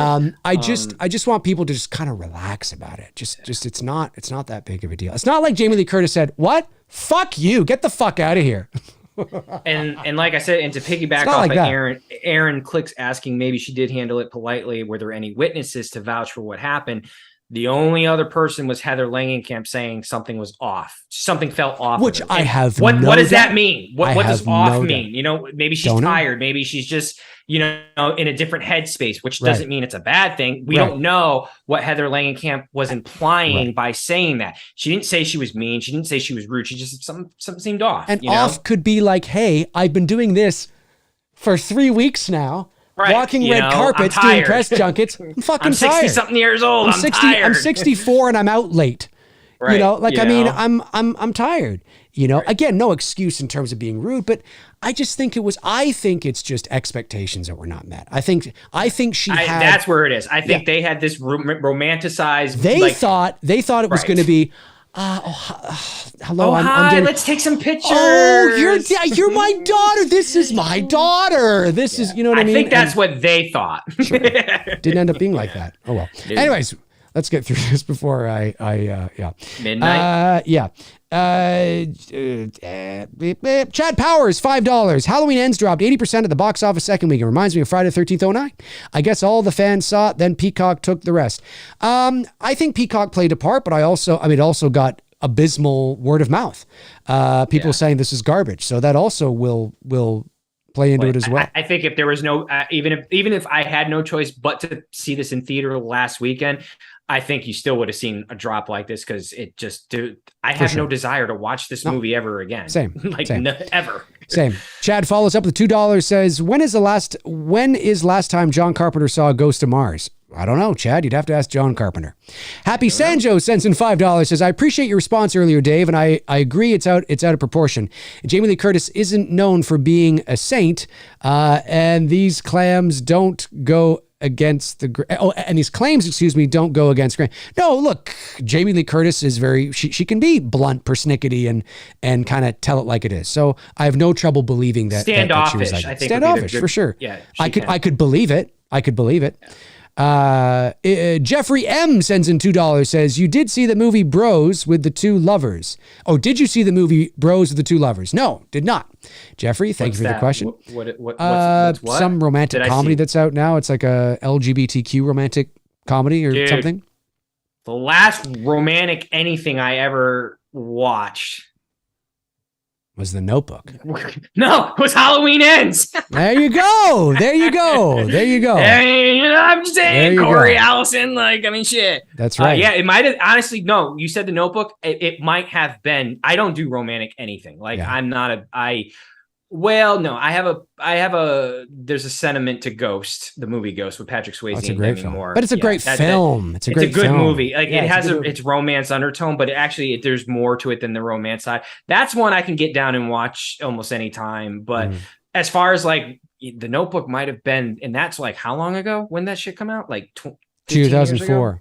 Yeah, so almost 20 years ago. So I don't know. I'm not a big romantic anything. I can't no. I get you. Okay. Pumpkinhead, $5. Hi guys. I think by far the movie from DGG that gave me the most chills was Kills. Michael Myers looked chillingly great. Michael walking down the stairs. It's definitely the most Michael and the most I can understand why people really like it for sure. It's definitely a better Halloween movie than Halloween Ends. That's for sure. Godswilla sends in $5, says, I hate the producer's cut because Michael is the father. You are not. You are the father. Yep. Murray just came out with the results. Michael, you are the father. The father. Yep. Then he goes on a killing spree. It's true. Universe 7 Gaming, $10, says, McRae, did you hear that DGG stated that Ends was supposed to tie into H3? I did. We talked about it. Didn't we just talk about that? We did. Did. Apparently the Shapes mask was going to have the silver shamrock symbol in it. What are your thoughts? Well, you've just proved we did, but Universe 7 Gaming has just proved my point. Because look at what Universe 7 Gaming said. McRae, did you hear that David Gordon Green stated that Ends was supposed to tie into H3? David Gordon Green did not say that Halloween Ends was supposed to tie in to Halloween 3. What David Gordon Green said was that at the end of the movie, he was thinking about having an epilogue that would show a silver shamrock factory, which would spit out silver shamrock masks, and then a Michael Myers mask. And obviously that would tell you that it's connected to part 3, right? And so that's why I don't think it was a good idea, because everybody would have made that connection, and they would have thought that the Myers mask was supposed to be a silver shamrock mask, and that was the reason for his evil. So I don't think that's what he said. The Shapes mask was going to have a silver shamrock symbol in it. I didn't read that. I don't think David Gordon Green said that. But that proves my point earlier. Basically, is what I'm trying to say is that I'm glad they didn't do it because it would have sent the wrong message, because everybody would have clearly saw that and been like, oh my God, the Myers mask is silver shamrock. That's the reason he was the way he was. So, yeah, I'm glad it didn't happen. Jose Reyes, $4.99. Hi, D&T. I was just at the H6 Myers house for a Halloween 6 event hosted by Kenny Caperton. Who's Kenny Caperton? Only film in the franchise shot in October. Cheers from Utah. Kenny Caperton. Who's Kenny Caperton? Let me just look this up here. Kenny Caperton. I do wish that more. I don't know who he is. I do wish they. Oh, I know who Kenny Caperton is. He's the guy that. Sorry, he's the guy that owns that Myers house in North or South Carolina. Oh, okay. Yeah, I know who you're talking about. Yeah. That's cool, man. That's cool. That's cool. Yeah, cheers from Utah. I wish they filmed more Halloween movies in October and still waited the year to release it. You know what I mean? Like, agreed. Just for the aesthetic look. Yeah, I get why, especially now with movies, you want to film it and, and get it out as quickly as you can. I get that. But yeah, as far as I know, 6 is the only one that was legitimately filmed in the month that it should be filmed in. Yeah. I wonder if they did the others. 4 might've been. I'm not sure. It's a good question. And then Jeffrey M, $2. I am crunching. Oh yeah, I got that one earlier. Crunching one out. Sweet tea. The tea is sweet tonight. Sends in $10 for the channel, my friends. Be safe too. Thank you, Sweet Tea. Same to you as well. And then Alex sends in $4.99. Says Corey driving away from the junkyard with music playing reminded me of Halloween '78 when Myers escaped and drove off. Was that a creative choice, you think? I don't think there was, no, I don't think that's a parallel there. I think it's more, if anything, it's more of a nod to Halloween 3 with the music, and maybe even 4 because he drove off in a tow truck. That's what I would think, but I don't even think that was a nod. I think it's just, I think I think when there is a nod, listen, sometimes they're subtle and they're under the radar, but sometimes fans will try and draw parallels to things that are just really stretches. I'm not saying you did that. I'm just saying sometimes you see fans going, oh, look, there's this, and this, and that means this. And I'm like, nah, I don't know. You know what I mean? It could be kind of funny that way. All right, I got all the super chats. Let's take a look at the poll here.